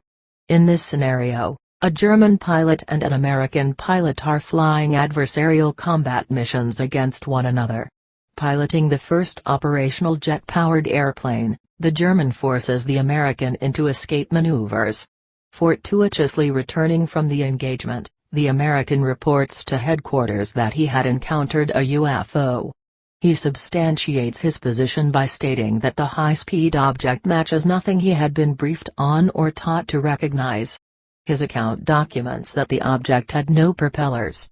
He notes that engine-driven propellers are the only known method for sustaining aerial flight. The point is that insufficient information is available to the pilot for resolving identity. In contrast, identity of the propeller-less object quite likely would have been resolved as a jet-powered airplane had the encounter been experienced and reported by Sir Frank Whittle.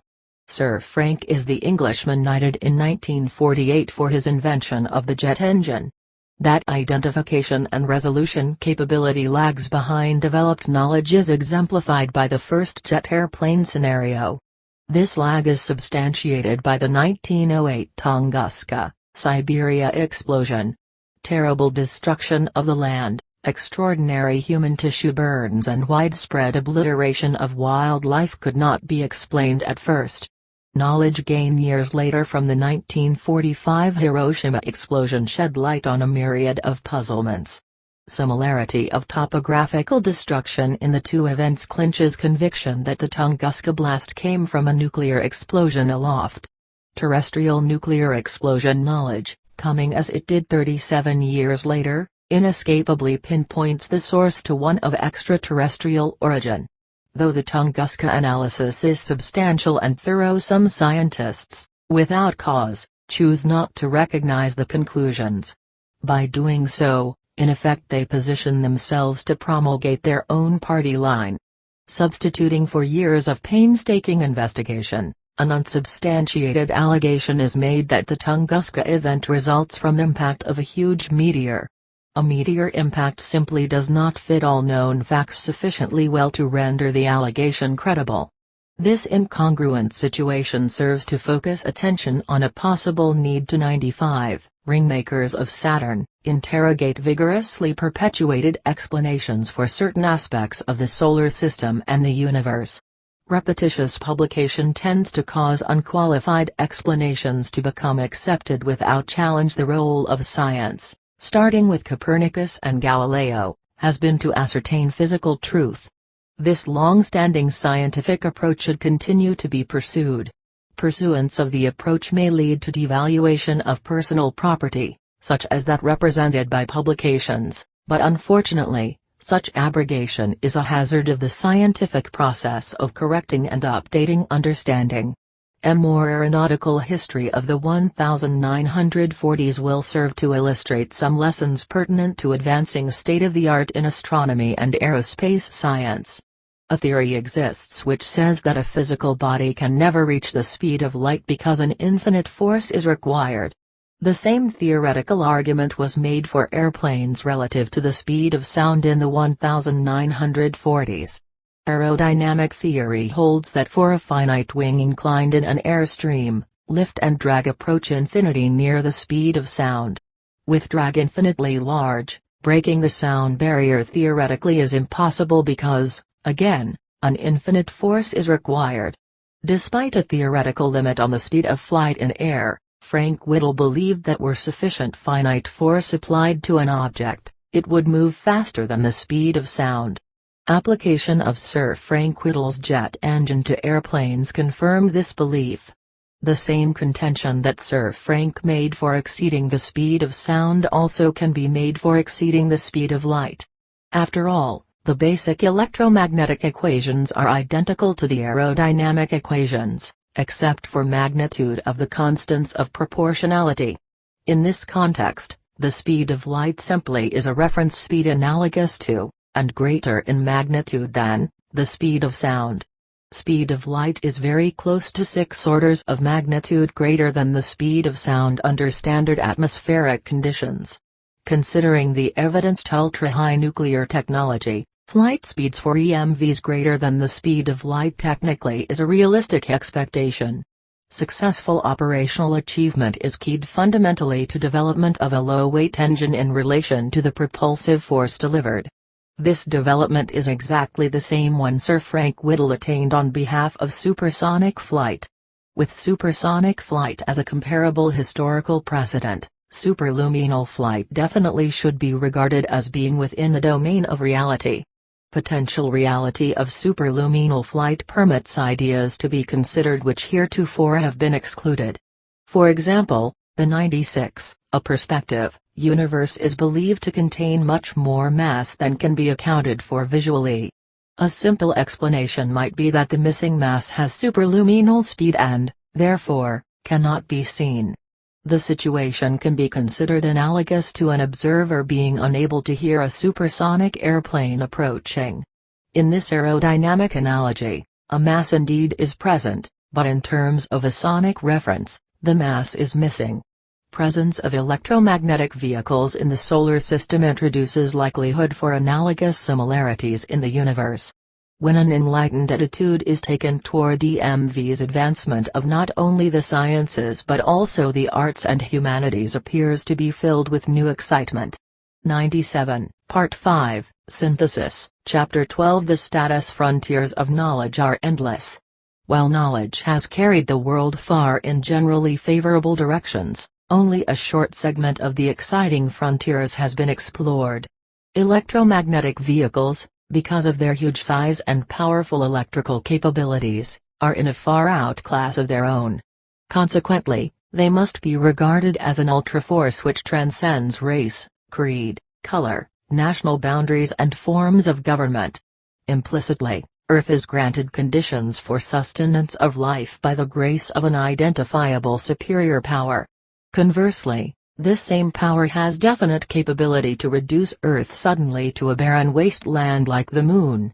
An emotion frequently expressed by astronauts on returning to Earth is a feeling that Earth is a very special place. Yet there are those who are willing to risk terminating Earth's special processes which have taken billions of years to attain. The trend is dangerous and foolhardy. Already an extraterrestrial nuclear explosion aloft has been demonstrated at Tunguska, USSR, and perhaps again in 1979 near South Africa and Antarctica. That electromagnetic vehicles are real and awesome can be attested to by the author from a sighting experience backed up by photography and collaborative witnesses. The now confirmed presence of an extraterrestrial nuclear power poses a hazard never contemplated heretofore.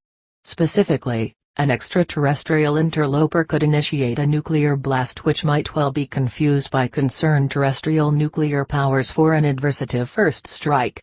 A nuclear exchange would ensue mistakenly, resulting in catastrophic destruction on Earth. The risk of nuclear exchange between terrestrial adversaries is escalated hazardously because of this unpredictable interloper capability. Unless nuclear warfare is abandoned, the task of preserving Earth and its inhabitants becomes enormously difficult technically besides being inordinately costly. A concept which widely pervades the scientific literature is what might be termed dogmatic Darwinism. This expression connotes single-minded tenure to only the concept of evolution. Make no mistake, change and hence evolution has occurred and still is 101, Ringmakers of Saturn, occurring. Electromagnetic vehicles have played, and continue to play a role in effecting change. Electromagnetic vehicles, however, also create. They create rings of different types and compositions. They create satellite surfaces, such as that of Iapetus. Is there any reason to think creation stops at this impressive level of achievement? Not at all. Just around Saturn, there are fairly ideal chemical broths containing life-form building blocks. Dry lightning strikes from electromagnetic vehicles should be able to initiate life-form chemical reactions. Hence it can be reasoned that the two concepts, evolution and creation, are both correct. Although inanimate creation has been shown, animate creation has not. Extraterrestrial life forms have yet to be positively identified, though their presence is implied. Owing to the strange character of electromagnetic vehicles, communicative language is likely to be obscure as well as subtle. Obviously, a database needs to be developed which is oriented specifically toward pinpointing extraterrestrial life. The SETI, Search for Extraterrestrial Intelligence, land-based receiver project is a cognitive start in this direction.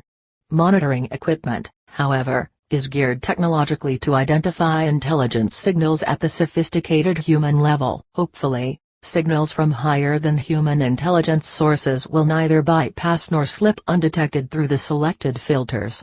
Many excursions into space by the USA have been made with broad, exploratory flight objectives. Consequently, except for entertainment, the public has not been able to identify specific benefits from huge tax dollar expenditures for space flights. In turn, space programs then are criticized for diverting funds from allegedly needed humanistic projects. Reluctance to fund open-end space exploration is not likely to change.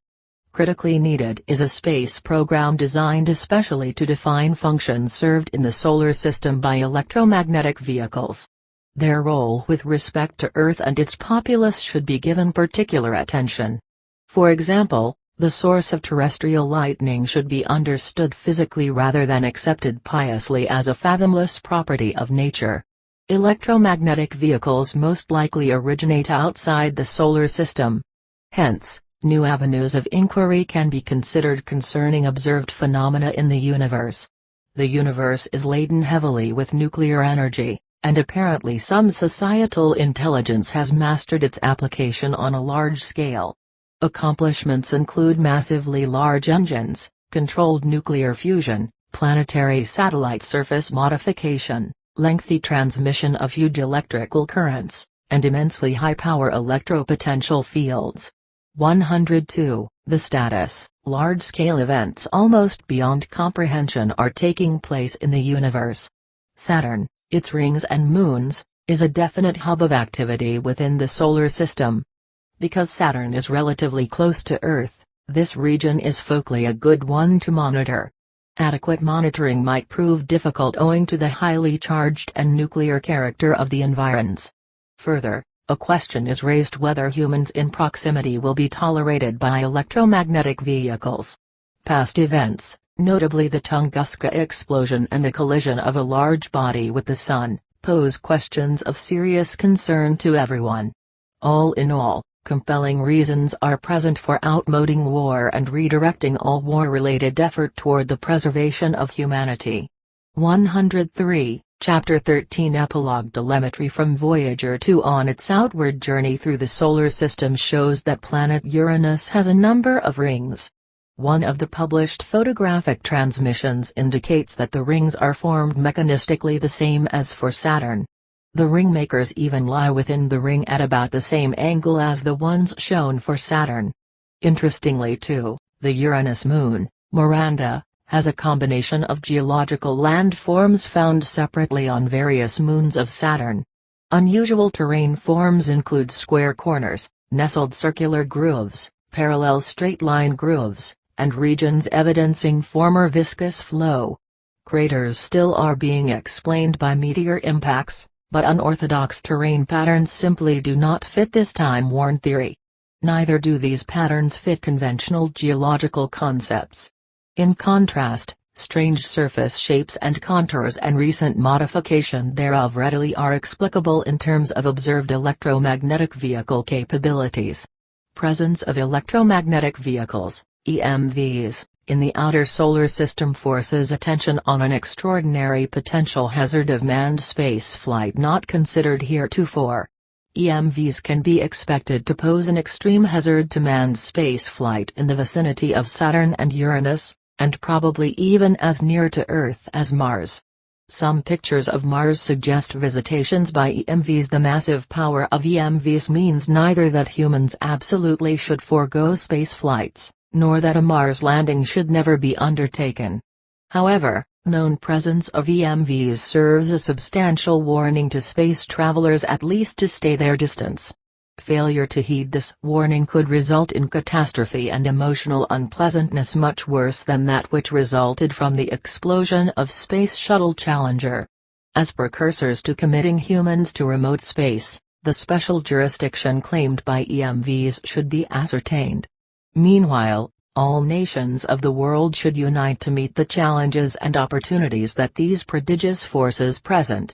104. Appendix equating a body having physically inherent mobile capability to the term vehicle possibly may be considered as too abrupt a step in nomenclature development. The potential problem lay in various connotations for the word. Multiple connotations do not lead to a focused idea concerning what is meant. To illustrate, an automobile has inherent mobile capability, and reference to an automobile as a vehicle is quite common. On the other hand, for example, an ape also has inherent mobile capability, but reference to an ape as a vehicle is uncommon in the sense that an automobile is a vehicle. That the former is inanimate and the latter animate is not the intended distinction. The significant distinction is that an automobile does not occur directly in nature, whereas an ape is regarded as a direct product of nature. For purpose of the subject matter, the term vehicle is meant to be something not occurring directly in nature, but rather something occurring as a byproduct of nature. Early introduction of vehicle as a descriptor is considered by the author to be, at worst, premature but not an inaccurate usage. The reason for the belief in descriptor accuracy is independent of the non-personal photographic evidence presented herein. In 1971, the author had the exciting experience of having sighted and photographed a mobile slender body fitting the specific properties of the two bodies shown later in plates 5 and 6. This sighting at the time was experienced by the author's wife and daughter. Through binoculars, this body appeared to be large and incorporated fine aerodynamic features at the fore and aft exhaust ends. That is, the ends did not terminate squarely cut off as would result when a pole is sawed in two. Rather, the ends were rounded much the same as are cowls of jet engine intakes. Bulbar streamers were emitted from locations along the body. Control over these streamers was demonstrated by the modulation of their activity, and also by introduction of additional streamers which moved with definite periodicity. Drawing upon many years of aerospace experience, the author has no reservation about labeling the sighted body a vehicle. The 105 Ringmakers of Saturn, numerous and unique properties of the sighted vehicle also are evident variously in the microphotographs presented. Until more research is performed to demonstrate otherwise, the bodies discussed in Plate 3 and subsequently shall be considered vehicles rather than objects of nature. 106. Bibliography Books David Morrison, Voyages to Saturn, NASA SP 451, U.S. Government Printing Office, Washington, D.C. 1982.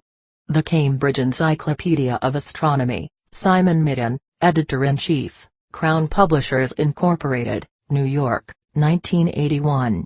Louis Bell, The Telescope, Dover Publications, Incorporated, New York, 1981. David Morrison, Voyage to Jupiter, NASA SP 439, U.S. Government Printing Office, Washington, D.C., 1980. Carl Sagan, Cosmos, Random House, New York, 1980. William J. Kaufman III, Galaxies and Quasars, W. J. Freeman and Company, San Francisco, 1979. Bevan M. French, The Moon Book, Penguin Books, New York, 1978.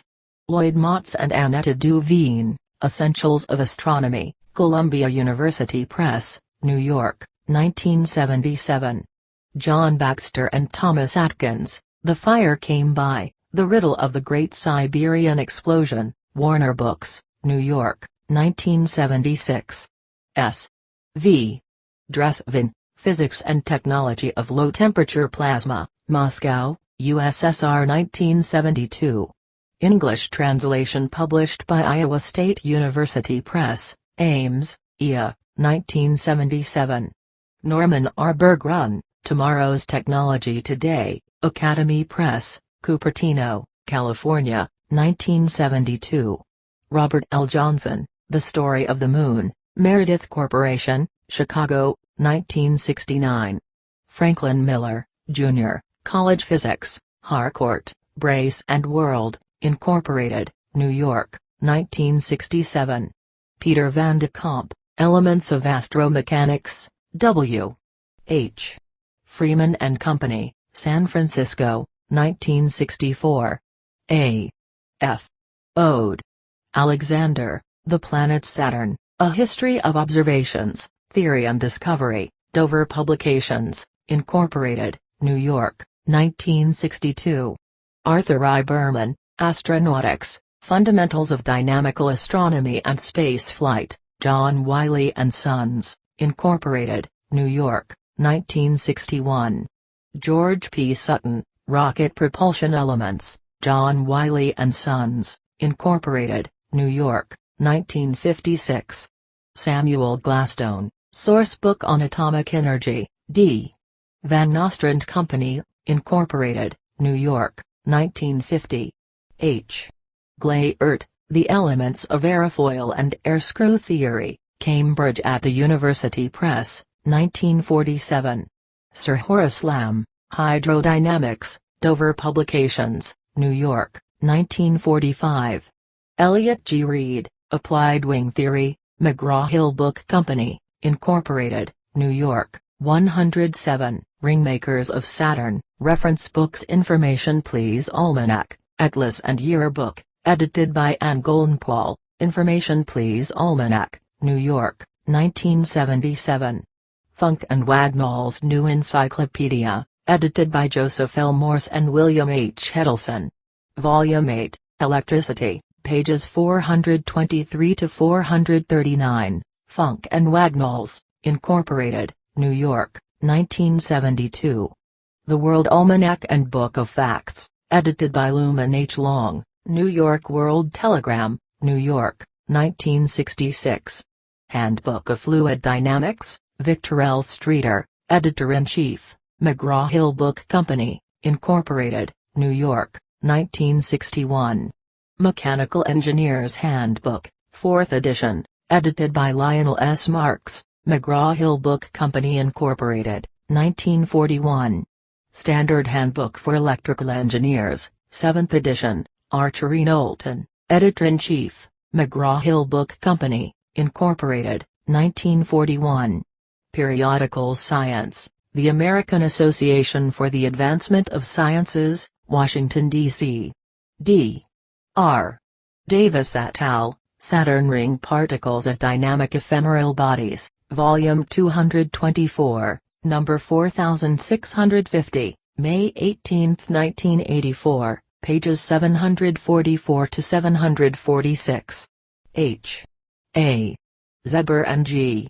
Leonard Tyler, Thickness of Saturn's Rings Inferred from Voyager 1 Observations of Microwave Scatter, Volume 223, Number 4634, January 27, 1984, pp 396 and 397. Eugene M. Rasmussen and John M. Wallace, Meteorological Aspects of the El Niño Southern Oscillation, Volume 222, Number 4629, December 16, 1983, pp 11951202. Richard A. Kerr, Neptune Ring Fades Again, Volume 222, Number 4621, October 21, 1983, p. 311. Richard A. Kerr, Where Was the Moon Eons Ago? Volume 221, Number 4616, September 16, 1983, p. 1166. Roger Lewin, What Killed the Giant Mammals? Volume 221, Number 4615, September 9, 1983, pages 1036 to 1037. D. D. Bogard and P. Johnson, Martian Gases in an Antarctic Meteorite? Volume 221, Number 4611, August 12, 1983, pages 651 to 654. Philip H. Abelson, Large-Scale Extinctions Volume 220, Number 4592, April 1, 1983, p. 9. Richard A. Kerr, Orbital Variation, Ice Age Link Strengthened, Volume 219, Number 4582, January 21, 1983, pages 272 to 274. Jack J. Lissayer, Saturn's Rings, Volume 218, number 4572, November 5, 1982, p. 521. Carl Sagan, Extraterrestrial Intelligence, An International Petition, Volume 218, number 4571, October 29, 1982, p. 426. Richard A. Kerr, Planetary Rings Briefing, New Outer Rings for Saturn?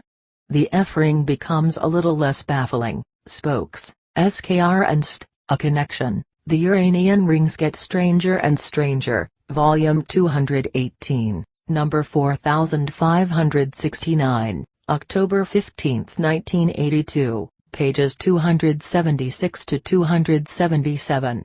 108. Bibliography, Richard A. Kerr, Planetary Rings Explained and Unexplained, Volume 218, number 4568, October 8, 1982, pages 141 to 143.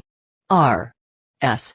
Westrom, Explaining Meteorites, Volume 217, number 4563, September 3, 1982, p. 884.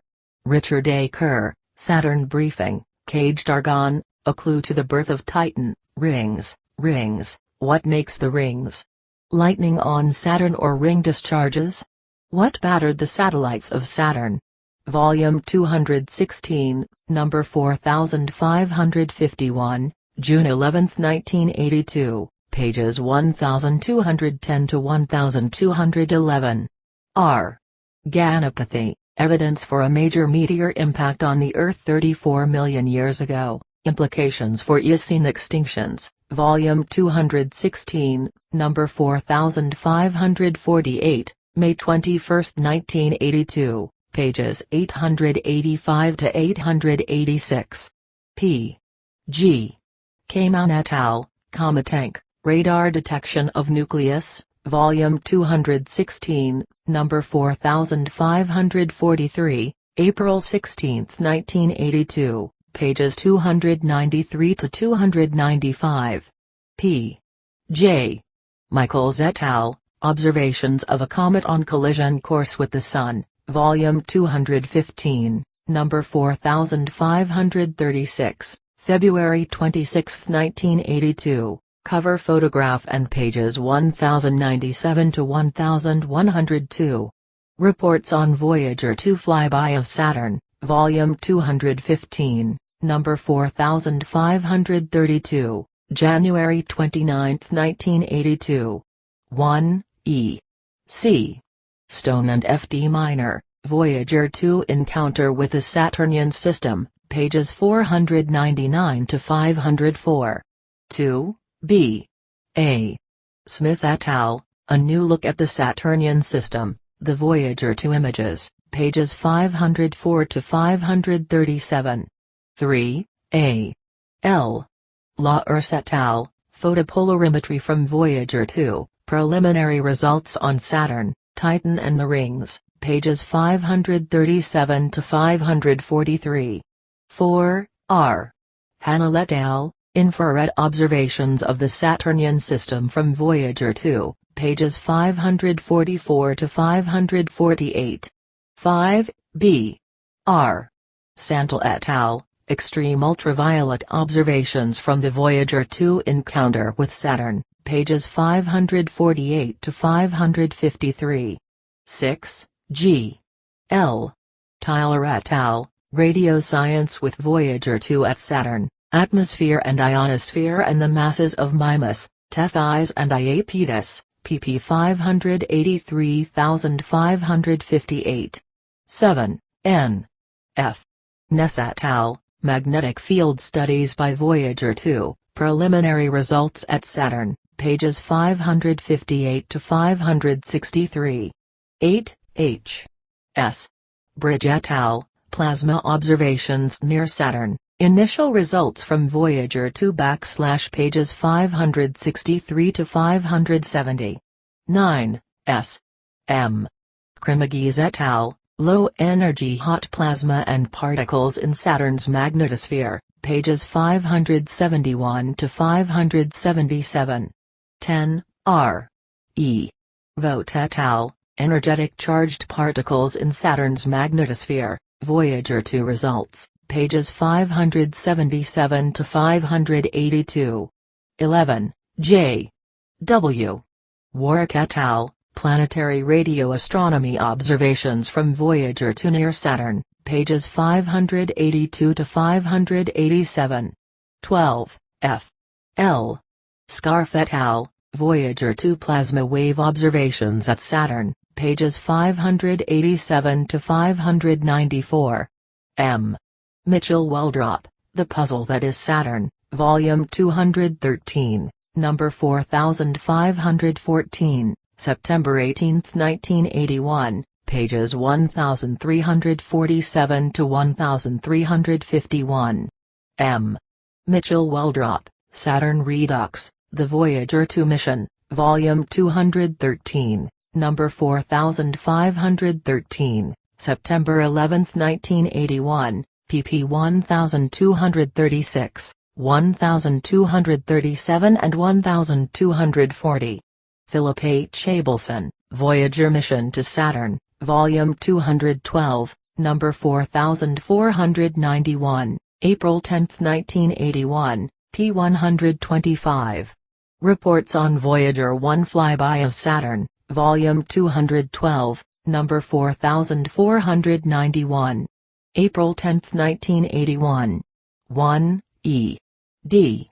Minor, Voyager 1 Encounter with the Saturnian System, pp 159162. 109. Ringmakers of Saturn, 2, B. A. Smith et al., Encounter with Saturn, Voyager 1 Imaging Science Results, pages 163 to 191. 3. S. P. Sinnott et al., Orbits of the Small Satellites of Saturn, pp. 191192. 4. R. Hanel et al., Infrared Observations of the Saturnian System from Voyager 1, pages 192 to 200. 5. G. L. Tyler et al., Radio Science Investigations of the Saturn System with Voyager 1, Preliminary Results, pages 201 to 206. 6. A. L. Broadfoot et al., Extreme Ultraviolet Observations from Voyager 1 Encounter with Saturn, pages 206 to 211. 7. N. F. Ness et al., Magnetic Field Studies by Voyager 1, Preliminary Results at Saturn, pages 211 to 217. 8. H. S. Bridge et al., Plasma Observations near Saturn, Initial Results from Voyager 1, pages 217 to 224. 9. S. M. Krimagis et al., Low-Energy Charged Particles in Saturn's Magnetosphere, Results from Voyager 1, pages 225 to 231. 10. R. E. Vogt et al., Energetic Charged Particles in Saturn's Magnetosphere, Voyager 1 Results, pages 231 to 234. 11. D. A. Gurnett et al., Plasma Waves near Saturn, Initial Results from Voyager 1, pages 235 to 239. 12. J. S. Warwick et al., Planetary Radio Astronomy Observations from Voyager 1 near Saturn, pages 239 to 243. Elliott Marshall, Navy Lab concludes the Vela satellite saw a nuclear bomb, Volume 209, number 4460, August 29, 1980, pages 996 to 997. Reports on Pioneer Flyby of Saturn, Volume 207, number 4429, January 25, 1980. 1. J. W. Dyer, Pioneer Saturn, pages 400 to 401. 2. A. Geop, Scientific results from the Pioneer-Saturn encounter, summary, pages 401 to 403. 3. J. H. Wolf et al., preliminary results on the plasma environment of Saturn from the Pioneer 11 Plasma Analyzer Experiment, pp 403407. 4. E. J. Smith et al., Saturn's Magnetic Field and Magnetosphere, pp 407410. 5. J. A. Simpson et al., Saturnian Trapped Radiation and its Absorption by Satellites and Rings, the first results from Pioneer 11, pp. 411415. 6. J. A. Van Allen et al., Saturn's Magnetosphere, Rings and Inner Satellites, pages 415 to 421. 7. J. H. Traynor et al., Observations of Energetic Ions and Electrons in Saturn's Magnetosphere, pages 421 to 425. 8. W. Fillens et al., Trapped Radiation Belts of Saturn, First Look, pp 425431. 9. D. L. Judge et al., Ultraviolet Photometer Observations of the Saturnian System, pages 431 to 434. 10. T. Giles et al., Imaging Photopolarimeter on Pioneer Saturn, pp 434439.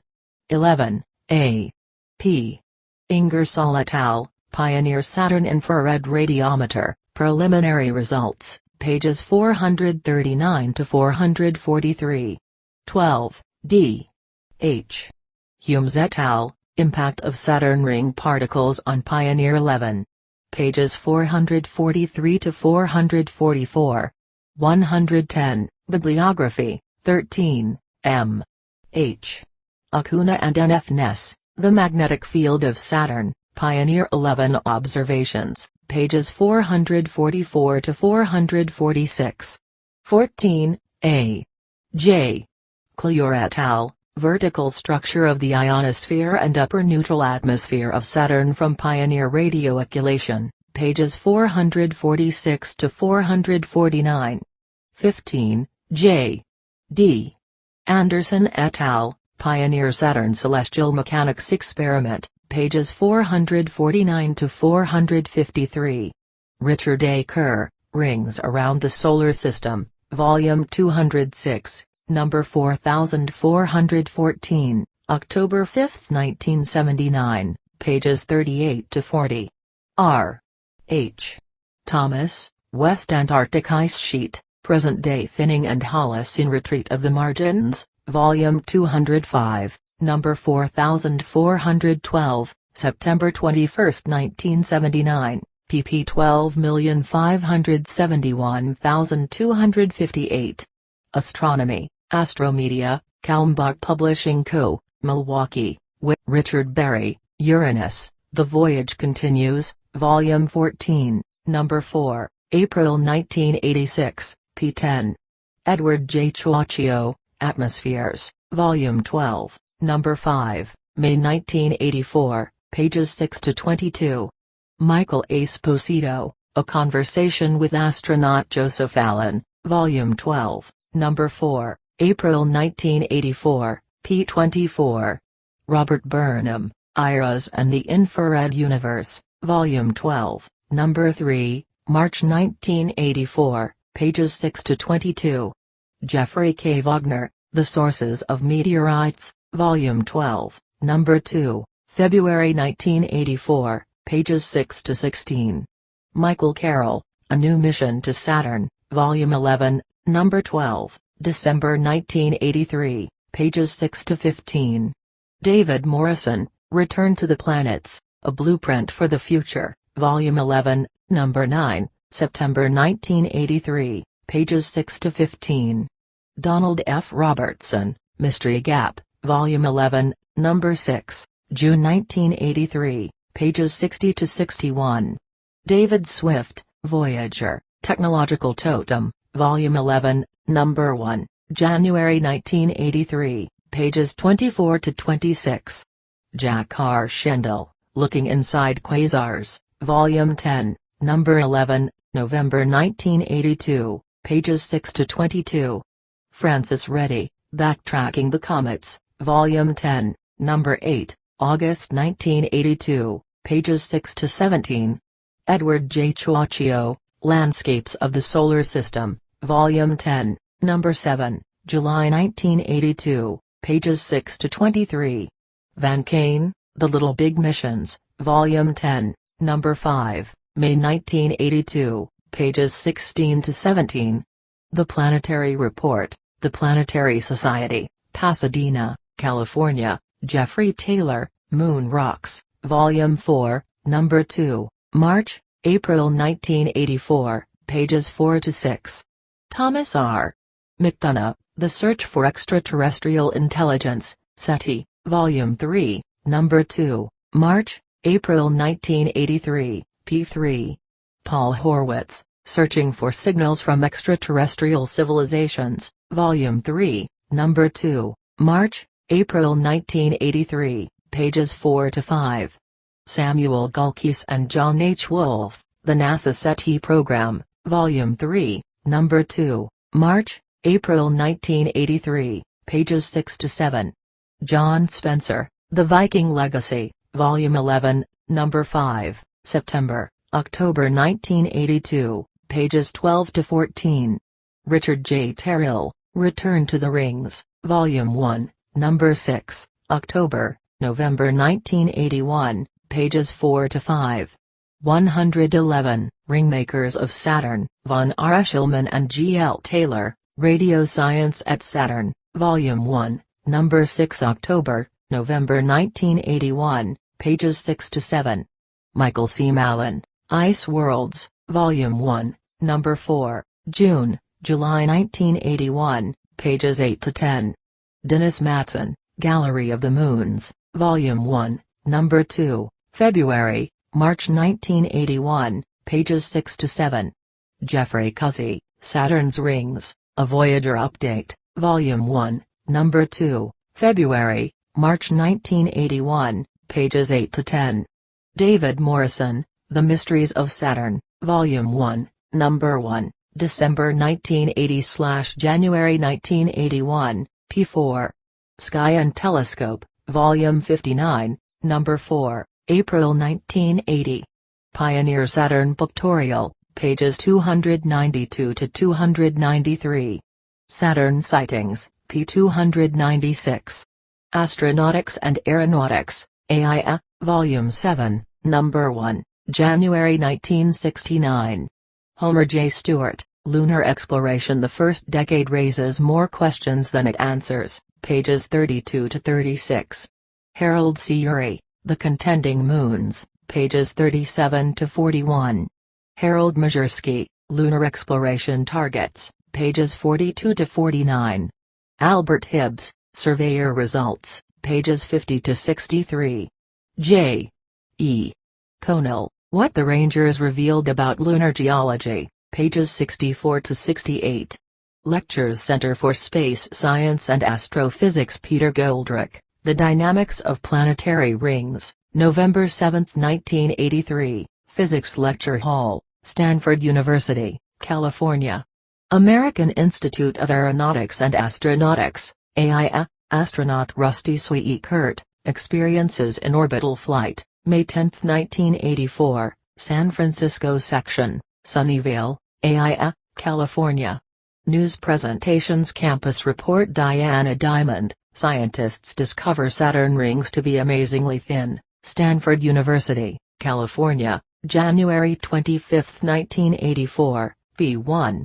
Joel Shurkin, Saturn's rings are made of red ice, says latest study, Stanford University, California, August 25, 1982, p7. The Stanford Daily El Nino, The Century's Unequaled Natural Catastrophe by the Los Angeles Times. Stanford University, California, August 19, 1982, p2. 112. Bibliography. San Jose Mercury News. John Noble, New York Times, Scientists baffled by Earth's cycle of extinction every 26 million years. San Jose, California, December 12, 1983, p8a. TV Channel 9 San Francisco Voyager 2 at Saturn, August 26, 1981, closest approach. Voyager 1 at Saturn, November 12, 1980, closest approach. This bibliography has been compiled in accordance with Hart's Rules for Compositors and Readers at the University Press, Oxford, 38th edition, completely revised 1978 at the Oxford University Press. 113, List of Plates 1.